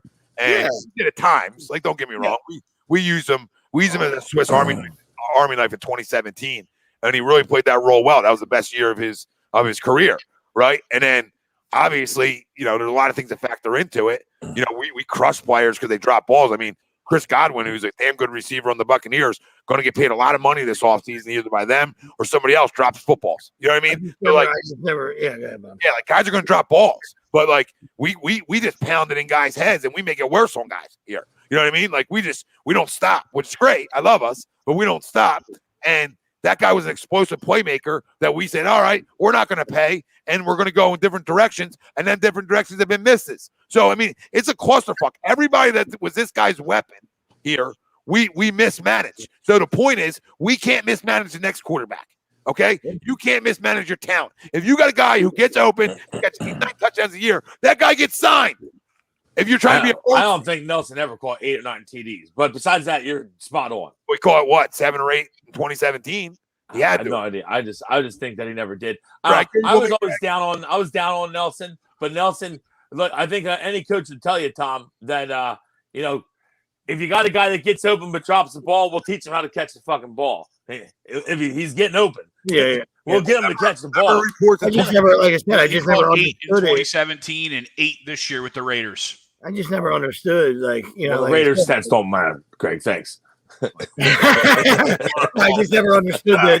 I just never understood that narrative. He did. I never understood that narrative when he was here. You know what I mean? Like, oh, Eagles don't have anybody to take the top off. You know what I mean? Like I said, I'm not saying he's was a world class sprinter. You know what I mean? I know he did other things, but like to me, you had him in the building. You know what I mean? The guy that could stretch the field. Speaking of the building, Sweet, the same building in 2017. It's another slight at the coaching staff / management. Hold on, Will. Hold on. Remember 2017, the reports that Nelson would come in the facility at 4 a.m. to work out. Carson was in there at 3, or whatever. He would come at 6 in the morning. Carson's been in there for an hour already, and it was a competitive game that them two were playing. And then other guys were like, "Oh shit, these guys are in at 5 a.m." Ronald Darby was like, "Fuck, I got to get in the building earlier." Right? I mean, Carson and Nelson were workers, so got a lot of heat in this city. But guys that work their ass off too, right? So, I just hope the new direction can do better. That's my point. Can the new direction do better? Can we keep talent here? If that's a quarterback, if that's a half fucking decent wide receiver that it has a chemistry and is a friend with the quarterback. Everybody that was close to this guy, they said, fuck you too. Everybody was close to him. Zach, they said, fuck you too. They drafted his replacement the year after your Super Bowl. He's a Super Bowl fucking folk hero. And they go and draft his replacement in the second round. I get it. It's pro sports. The guy was 26 when you fucking did it, you jerk offs, or 27. Okay? You're looking for his replacement already? It's a tight end. Okay, right? So this is what they've done. They've mismanaged personalities. They mismanaged everything. They mismanaged the cap. They mismanaged talent. Everything you can mismanage, this organization is mismanaged. I understand. Next guy up. Next man up. You're always drafting guys replacements. Fuck you. There's certain guys you don't go drafting replacements for because it's slap in the fucking face. Okay, and a top 3 tight end in football at the time, you don't go drafting his fucking replacement, jerk off. Okay, and a quarterback who threw for 4,000 yards with me and you. Okay, the year before, you don't go drafting his replacement in the fucking second round. Go get a veteran if you're worried, like me and Sweet were talking about. If you want an insurance policy, go get a veteran. You fucking asshole, because you ain't winning with a rookie anyway in the playoffs. Yeah, fucking idiot. And then you won't even give this guy the keys. Losers. Fucking done with all of them. I'm done with all this shit. Pound the like button over on YouTube. Pound the subscribe. Let's go. If you hate what I'm saying, hit it harder. If you love what we're saying, then fucking hit it, then bend her over. Okay? Because I am sick of this shit. I bleed green, and I'm so sick of watching shit that I'm fucking 270 pounds probably, probably getting fatter by the day, and I can sit home and make better decisions than guys who get paid a fucking shit ton of money to make easy fucking sports decisions. All right, if you gave me the keys over the last 3 years and I missed plenty, all right, guess where we are? We're a playoff team last year. All right, so fuck you. That's what we would be. And I don't know shit. I'm just a fucking diehard fan who loves sports and watches enough college football to have a fucking clue when you draft somebody in the first round and I say who, then you're an issue. I should never say who. I'm a degenerate gambler. I should never say who when it comes to college football, right? I should never be like, who the fuck, Jalen Reagor? What?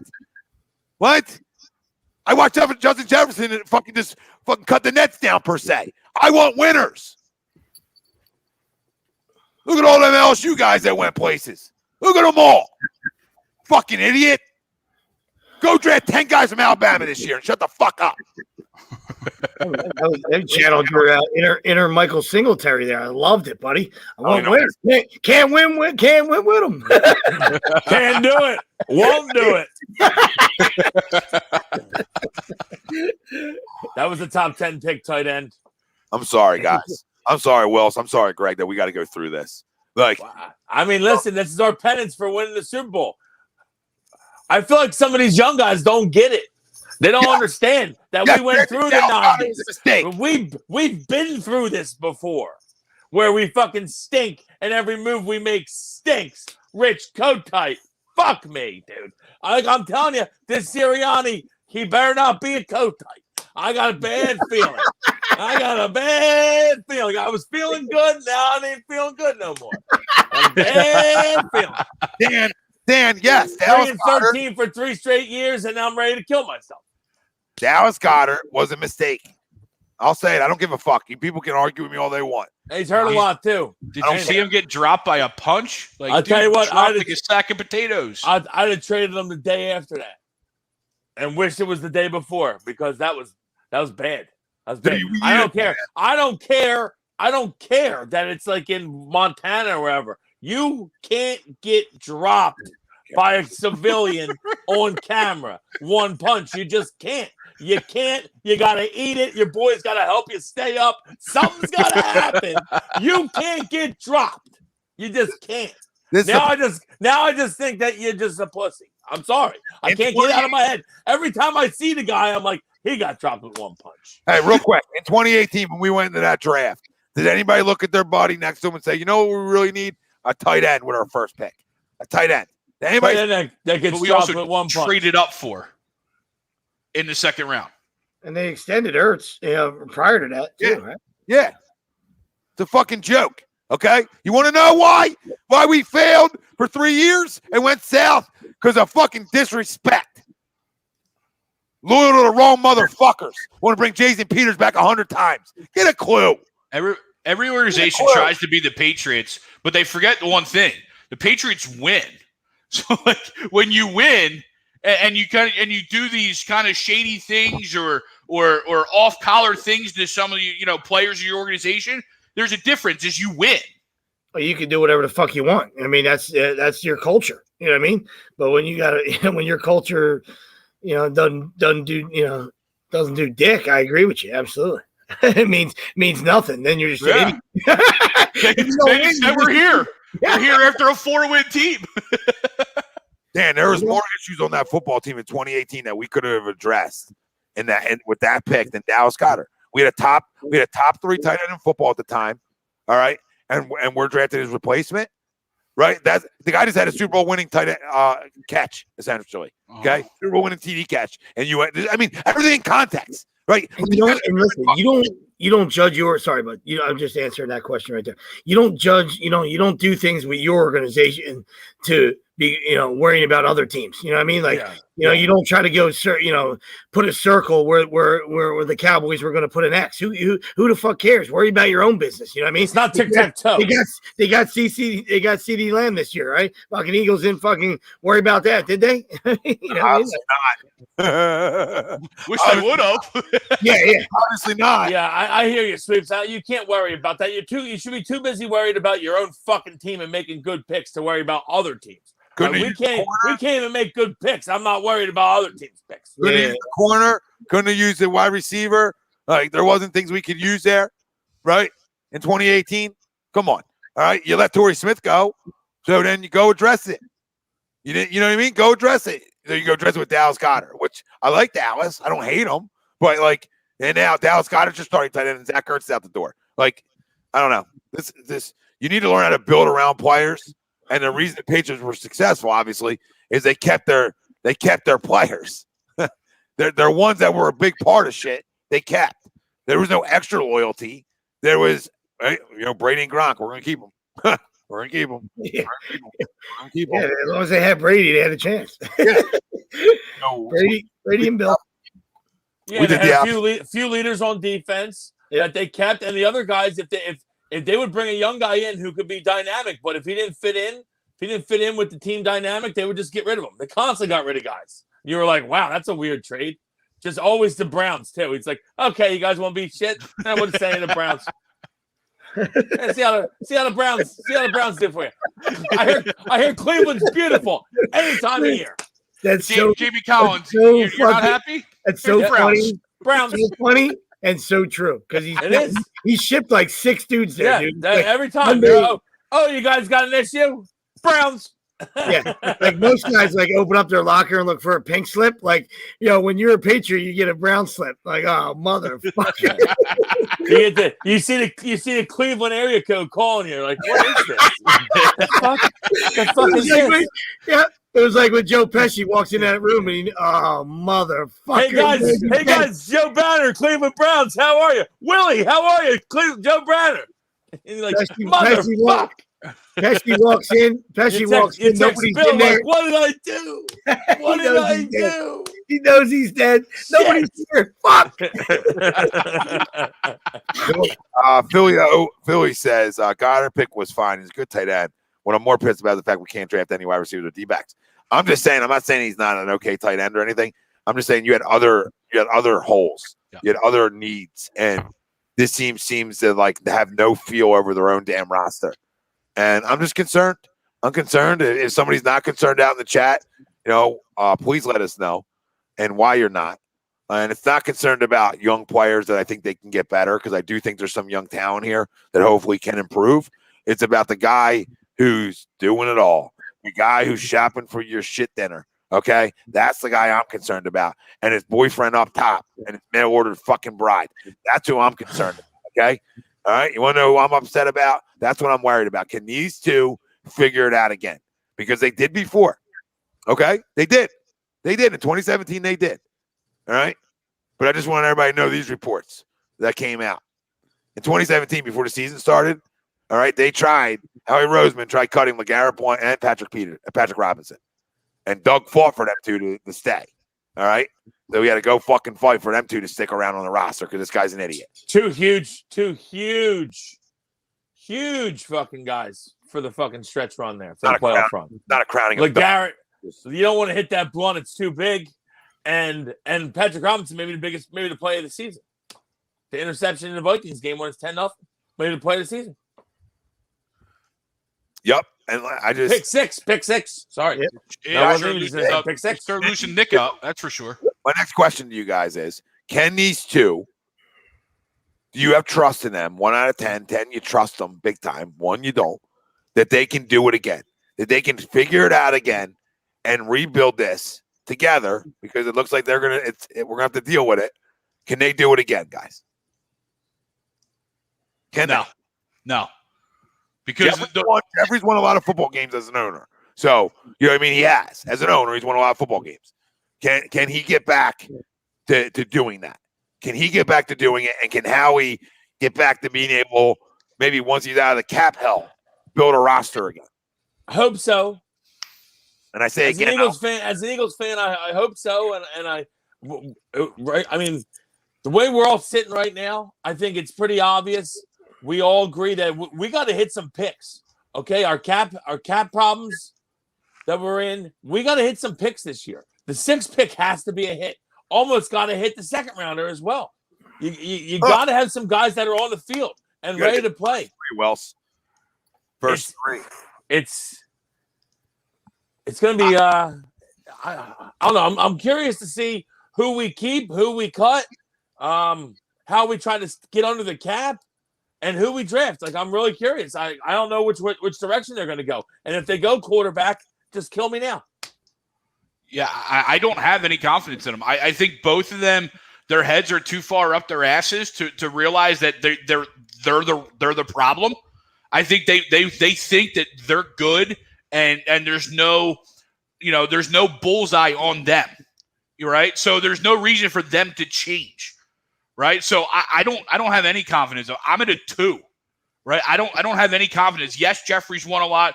And in theory, Howie's won a lot. But when you look back at it, it more or less seems like 2017 was the anomaly of the last few years.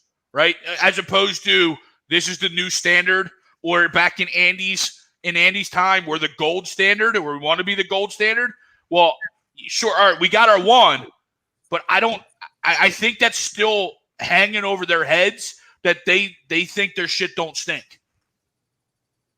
I agree. So what I think maybe they did up until recently. I think maybe this year I'm hoping that this year kind of turned their heads to man, we got to get back at it. We got to get back after it here. We've let the franchise slip. I'm hoping. Yeah, I just don't think there's a mirror in the NovaCare Center.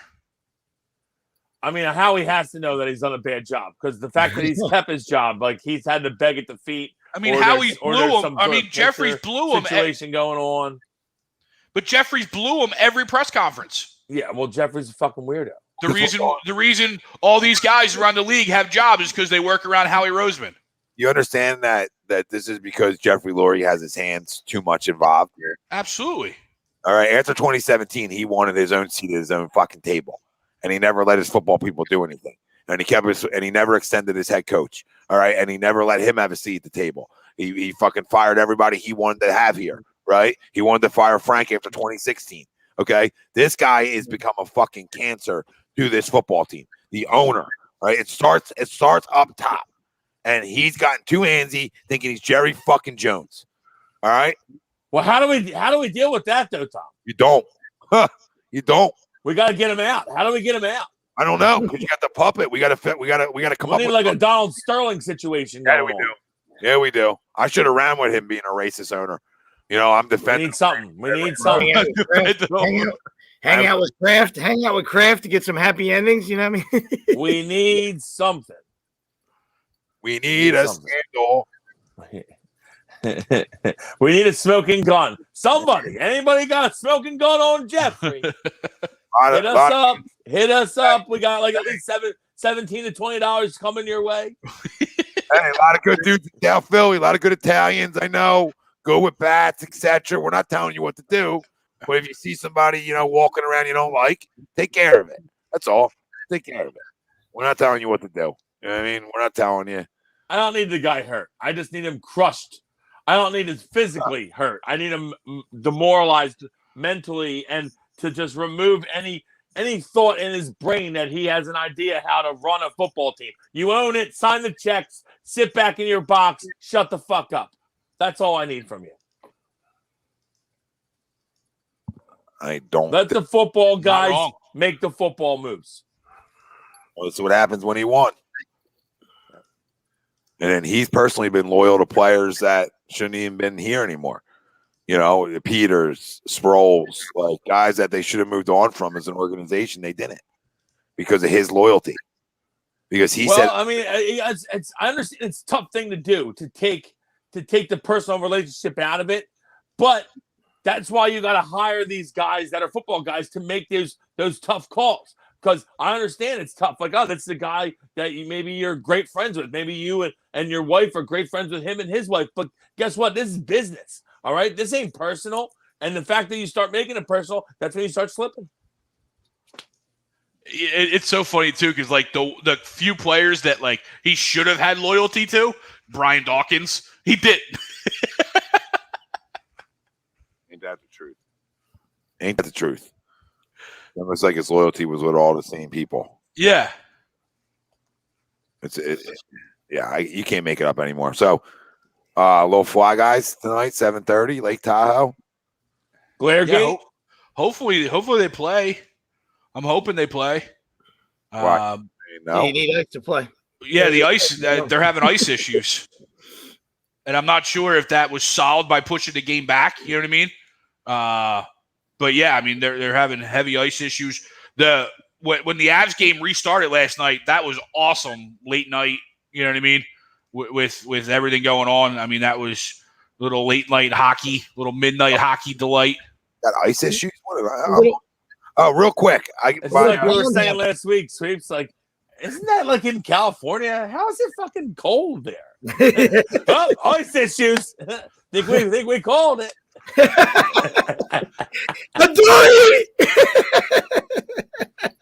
Do we get one question? Do we get a sweep today out of our Philly teams? No, probably not.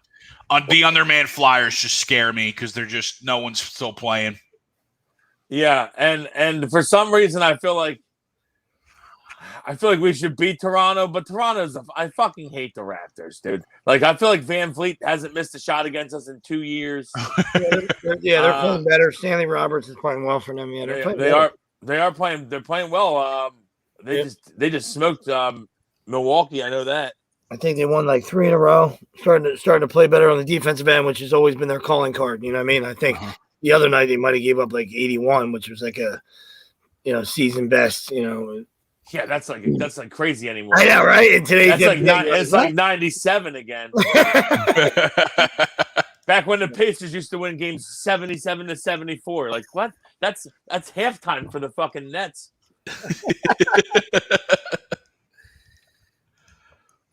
It's fucking insane. My confidence level of the Eagles is 1 right now. Yeah. Oh, if you're at a 1, then what am I doing at a 2? I don't know. I was gonna say Tom's at 1. I thought I was being generous at 2. It's amazing. You guys we should mark this down. Timestamp this. Tommy out of 1. I don't think I'd ever see the day. Tom's always been a cup half full kind of guy. He's half empty right now. Oh, not even a sip. Yeah. Just need a refill. He's got the backwash. Loves green Jello, bleeds green. Yeah, it's tough for him to say that. Yeah. It hurt. He died a little bit when he said that. I broke the other night. I almost lit a cigarette up. I think Carter Hart's playing. Have you quit smoking? Yes, Carter Hart's playing. What? Did you quit smoking? Huh? Did you quit smoking cigarettes? No. I thought you said almost lit a cigarette up. I was like, oh shit, you quit smoking. Interrogation. I was ready to give you a tap on the back. That's a really. I felt like you weren't supposed to talk about that. Like you're like, huh? Yeah, I know. I was like, wait, is it? What'd you say? Hold on. Wait.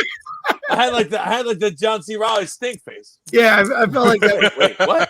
Wait, what's happening? I felt like you were contractually obligated to say no there. Like, somebody was looking at you. Huh? What? I smoked one the other night, and you were like, "What? You quit?" And I was like, "No." I said I lit one up like with the camera on because I just didn't care. Oh, I got you. I didn't. That was my fault. I wasn't picking up what you're putting down. I thought you were saying like that you stopped smoking. I was like, that's really impressive. No, I was trying to give you a tap on the back there, a little pound on the back. No, I like to fully quit. It's tough. He came back. He came back like Sharon Stone. With the cigarette and the legs were crossed. He was not happy. Oh wow! Fucking peep show Tommy, huh? Oh Lord! I brought up Nick Foles. I mean, I just can't I can't go backwards. I was trying to ask him questions about going forward, and I said, "Fuck it, I'm tired." Blah blah blah. I mean, listen, I do smoke cigarettes, but I don't. I know the public's really aggressive nowadays, but my clothes go off, hands are washed.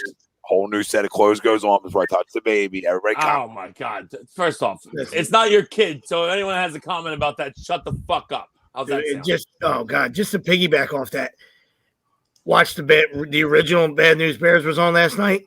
Classic. Fucking classic. 1976 sweeps birth year, and it's fantastic. He's giving out beers to 12-year-olds. He's manhandling his fucking players. They're not even his kids. He's fucking rough at. He's fucking throwing them around. He's talking shit to them. It would never. The fucking director wouldn't even have would never be able to make a film nowadays. It's unbelievable. What a fucking beautiful movie. Classic film. Watermaker.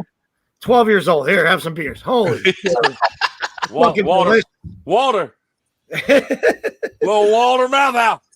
That's a great film. I think the Sixers win the night. I think the Flyers find a way. Bruins have owned them, so maybe they can overcome, backup goalie type since they're down men tonight. Maybe they come play good hockey. So I'll go with the sweep. We could use a sweep. We could. I mean, they played well the other night against the Rangers. It was just. I mean, they got a point, which was impressive with that group. How about this? I'll say a point with the Flyers. All right. We'll go point with the Flyers, and I think the Sixers win tonight. I mean, I think Ben's back. Shake's back. So Ben Shaker back. Talk about your confidence level. I don't think you ever would pick against the Sixers, so I knew that was coming. Never happens. Doesn't happen. But I do. So, they can go back to back, and I'll be like, I think I love them tonight. Triple back never happens. 5 starters out with our bench. I think we still, Tom still feels like we'll get all 5 starters out. our fucking bench is fucking shit soup. Thinking Corky has a big one tonight. Looking for about 28 from Furcan tonight. We're gonna get it done. My cards for 40. But I do think the Sixers get it done tonight. Old White. I'd say Sixers win, Flyers lose. I don't want to say that, but I just don't see how with the current roster and against Boston. I hope it's a great game. I love to see him win. Hopefully Carter Hart stands on his head.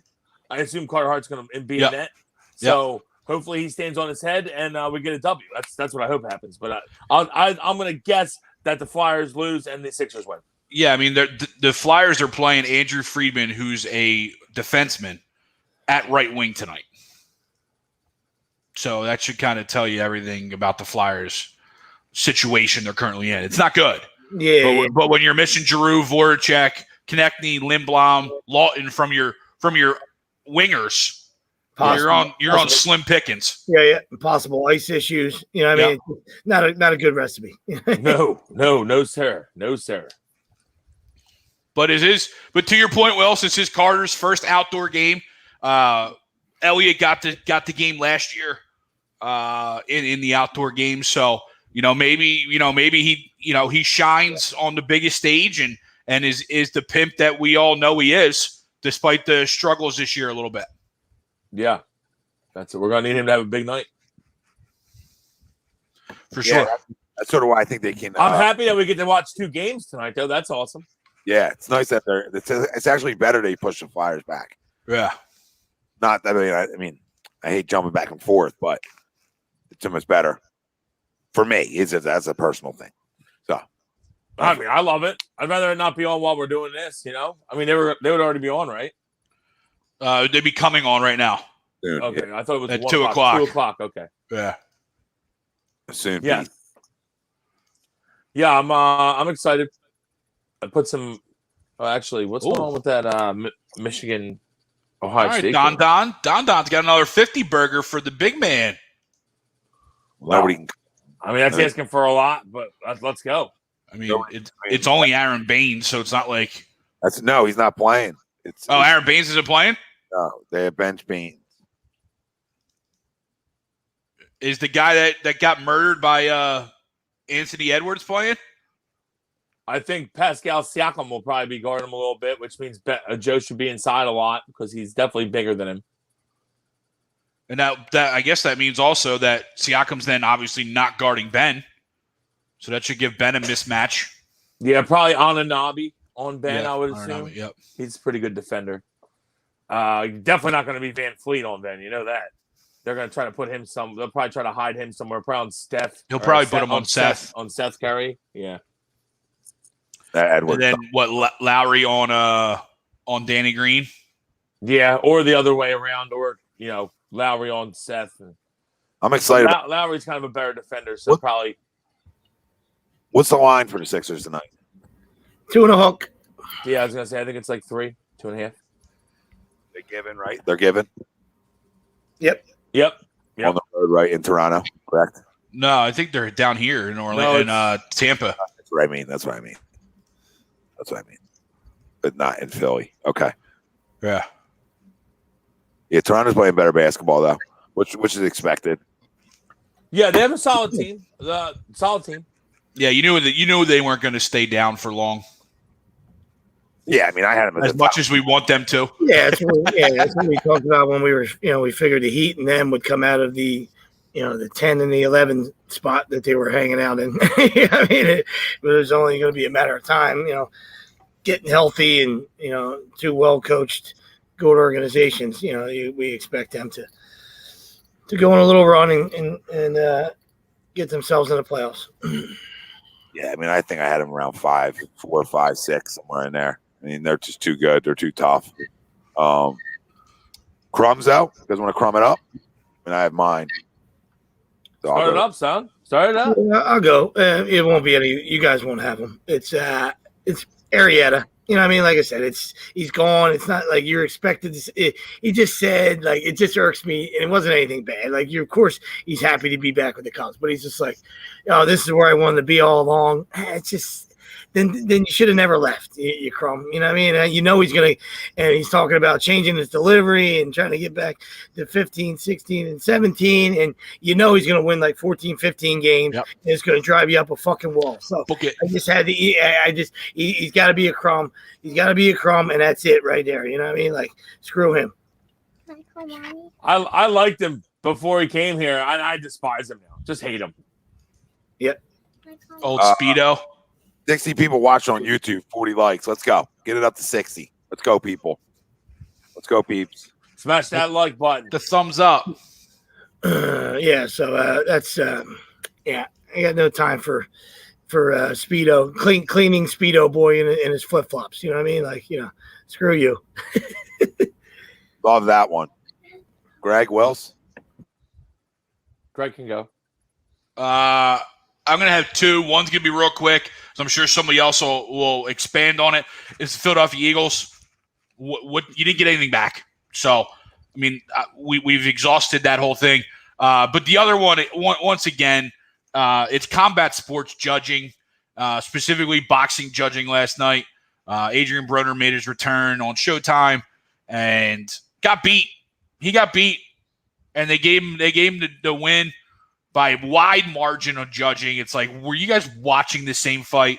And the problem just comes in. There's no standardized point system. The guy he was fighting was a relatively unknown fighter, but he hounded and pounded the body. It was like a 93 body shots to 11, something like that. And they just obviously, with the scoring they did not give him any credit for the body work that he did for 12 rounds.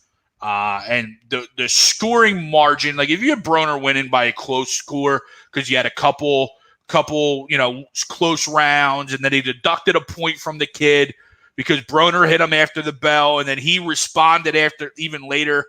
And so they took a point from him, not Broner. And so it was just complete just trash from the boxing commission. Typical. And I get it. Broner's a good draw. I get it. He's coming back. But it was his first fight in 2 years. You could have just let him go into oblivion and go away. But now he's back. He wants to now obviously fight for a title. And it's just boxing, just greasing their palms. So that's mine. Typical. Yeah. Typical, Greg. Absolutely typical. That's why boxing has fallen off and UFC has taken over. Or MMA, I guess you could say, Not UFC, but MMA. That it's fallen off. I'm a big boxing guy. No, yeah, me too. I love boxing. But go ahead, but I'm sorry. I mean, Greg's right though. The judges ruined it, yeah. And heavyweight. Once they lost their heavyweight, it was over. Yep. Listen, both, two sports, that, obviously people don't considering horse racing a sport, but I'm saying two things where you talk about the sport of kings, you know what I mean, that have fallen off because, when you add that, you had the deception and the cheating aspect, and shit like that, you know what I mean? Like people don't want to see it anymore, you know what I mean? And like you said, it falls off, Yeah. Absolutely. And then obviously you got to factor in that fucking Floyd is like the most. It's the worst boxing to watch, and he's been the champ for a decade now, more, and no one hits him, so the matches aren't good. So it's like, who wants to watch this guy box again? So yeah, it's been terrible for boxing. Yeah. For me, I'll just harp right back on with what Greg was saying too. Is on the Eagles. It's Howie Roseman. It's Howie Roseman. It's Jeffrey Lurie. It's the upper management of the Eagles, and just brutal. It looks like we're heading down a dark path here. I don't see a light at the end of the tunnel. I'm putting my trust in these two fucking guys to draft well now. I don't think that's going to happen. You don't even get a first round pick for a guy that you just traded that's going to be a starting quarterback for a playoff team next year. It's just atrocious. and I'm fed up. I'm obviously still an Eagles fan, but I'm not happy with the way that things are going and the direction we're heading. And I think we're about to be fucking terrible next year. And I'm looking right at Roseman and fucking Laurie as the big reasons why. Yeah, mine quickly. Something spoke about last night, but it was the Deadspin article, and it was like that it's Philly. We can assume racism led to wanting Wentz over Hurts. That's the biggest crock of shit ever written. That kind of material shouldn't even be allowed to be written. Do a little homework on Philly sports. Do a little homework on our QB history here.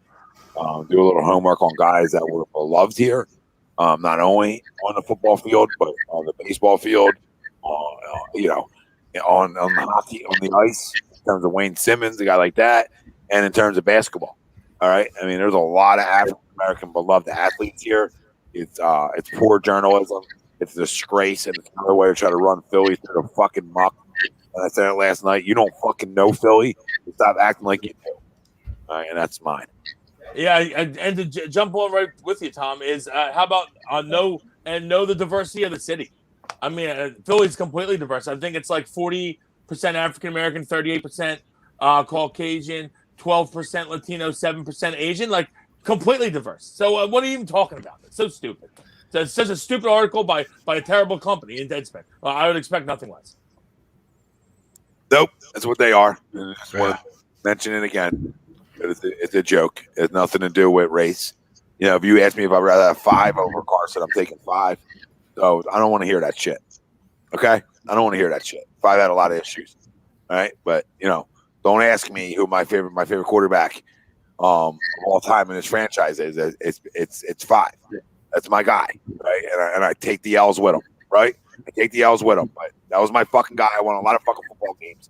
And I'll go back to loving to win football games again. All right, Mike here after fucking spending a year and a half in prison, and we rallied around him. So don't fucking tell me shit. Allen Iverson did a lot of shit off the court that got him in trouble. And this fan base, nobody rallied around him more than this fucking fan base. Joel Embiid's a folk hero in this city. Do a little fucking homework. Yeah, it's just irresponsible. It's irresponsible, like you guys said. And clickbait. Yeah, it's just absolutely terrible. It's ridiculous. You know what I mean? Like, you could, it has nothing to do with that. You can also.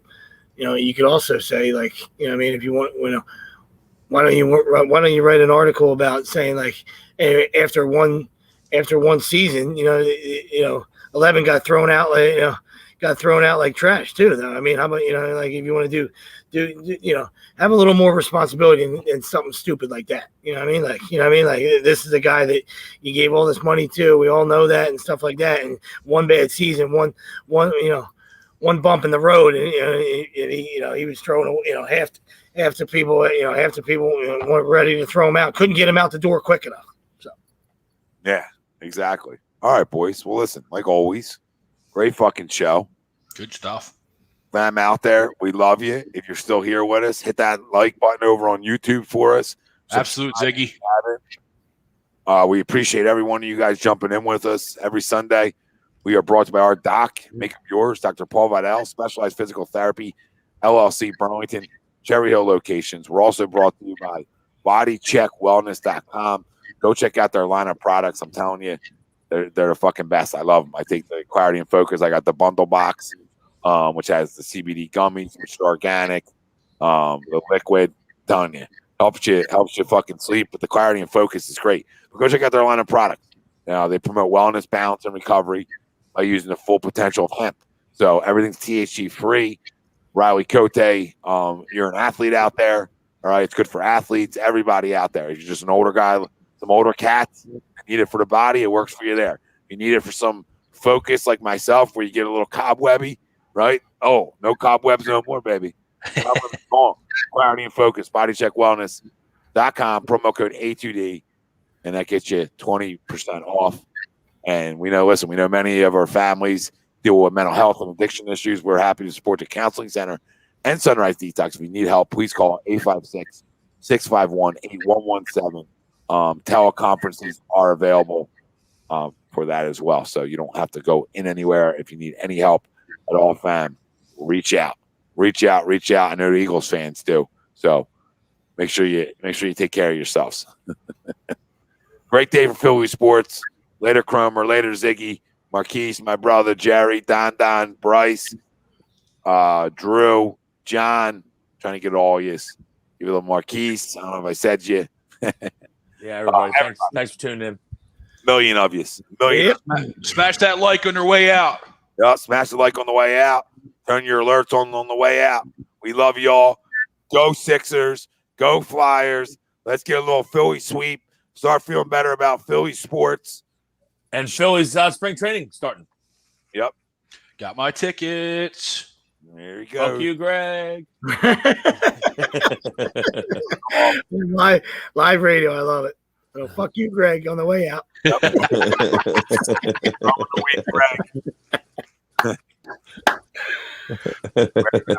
You can get all your gear at PhillyDrinkers.com. Might not want that shirt anymore, but we'll have Collector's item. We'll have one coming out soon. There's going to be one coming out soon. Fire Howie. Coming. Working on it.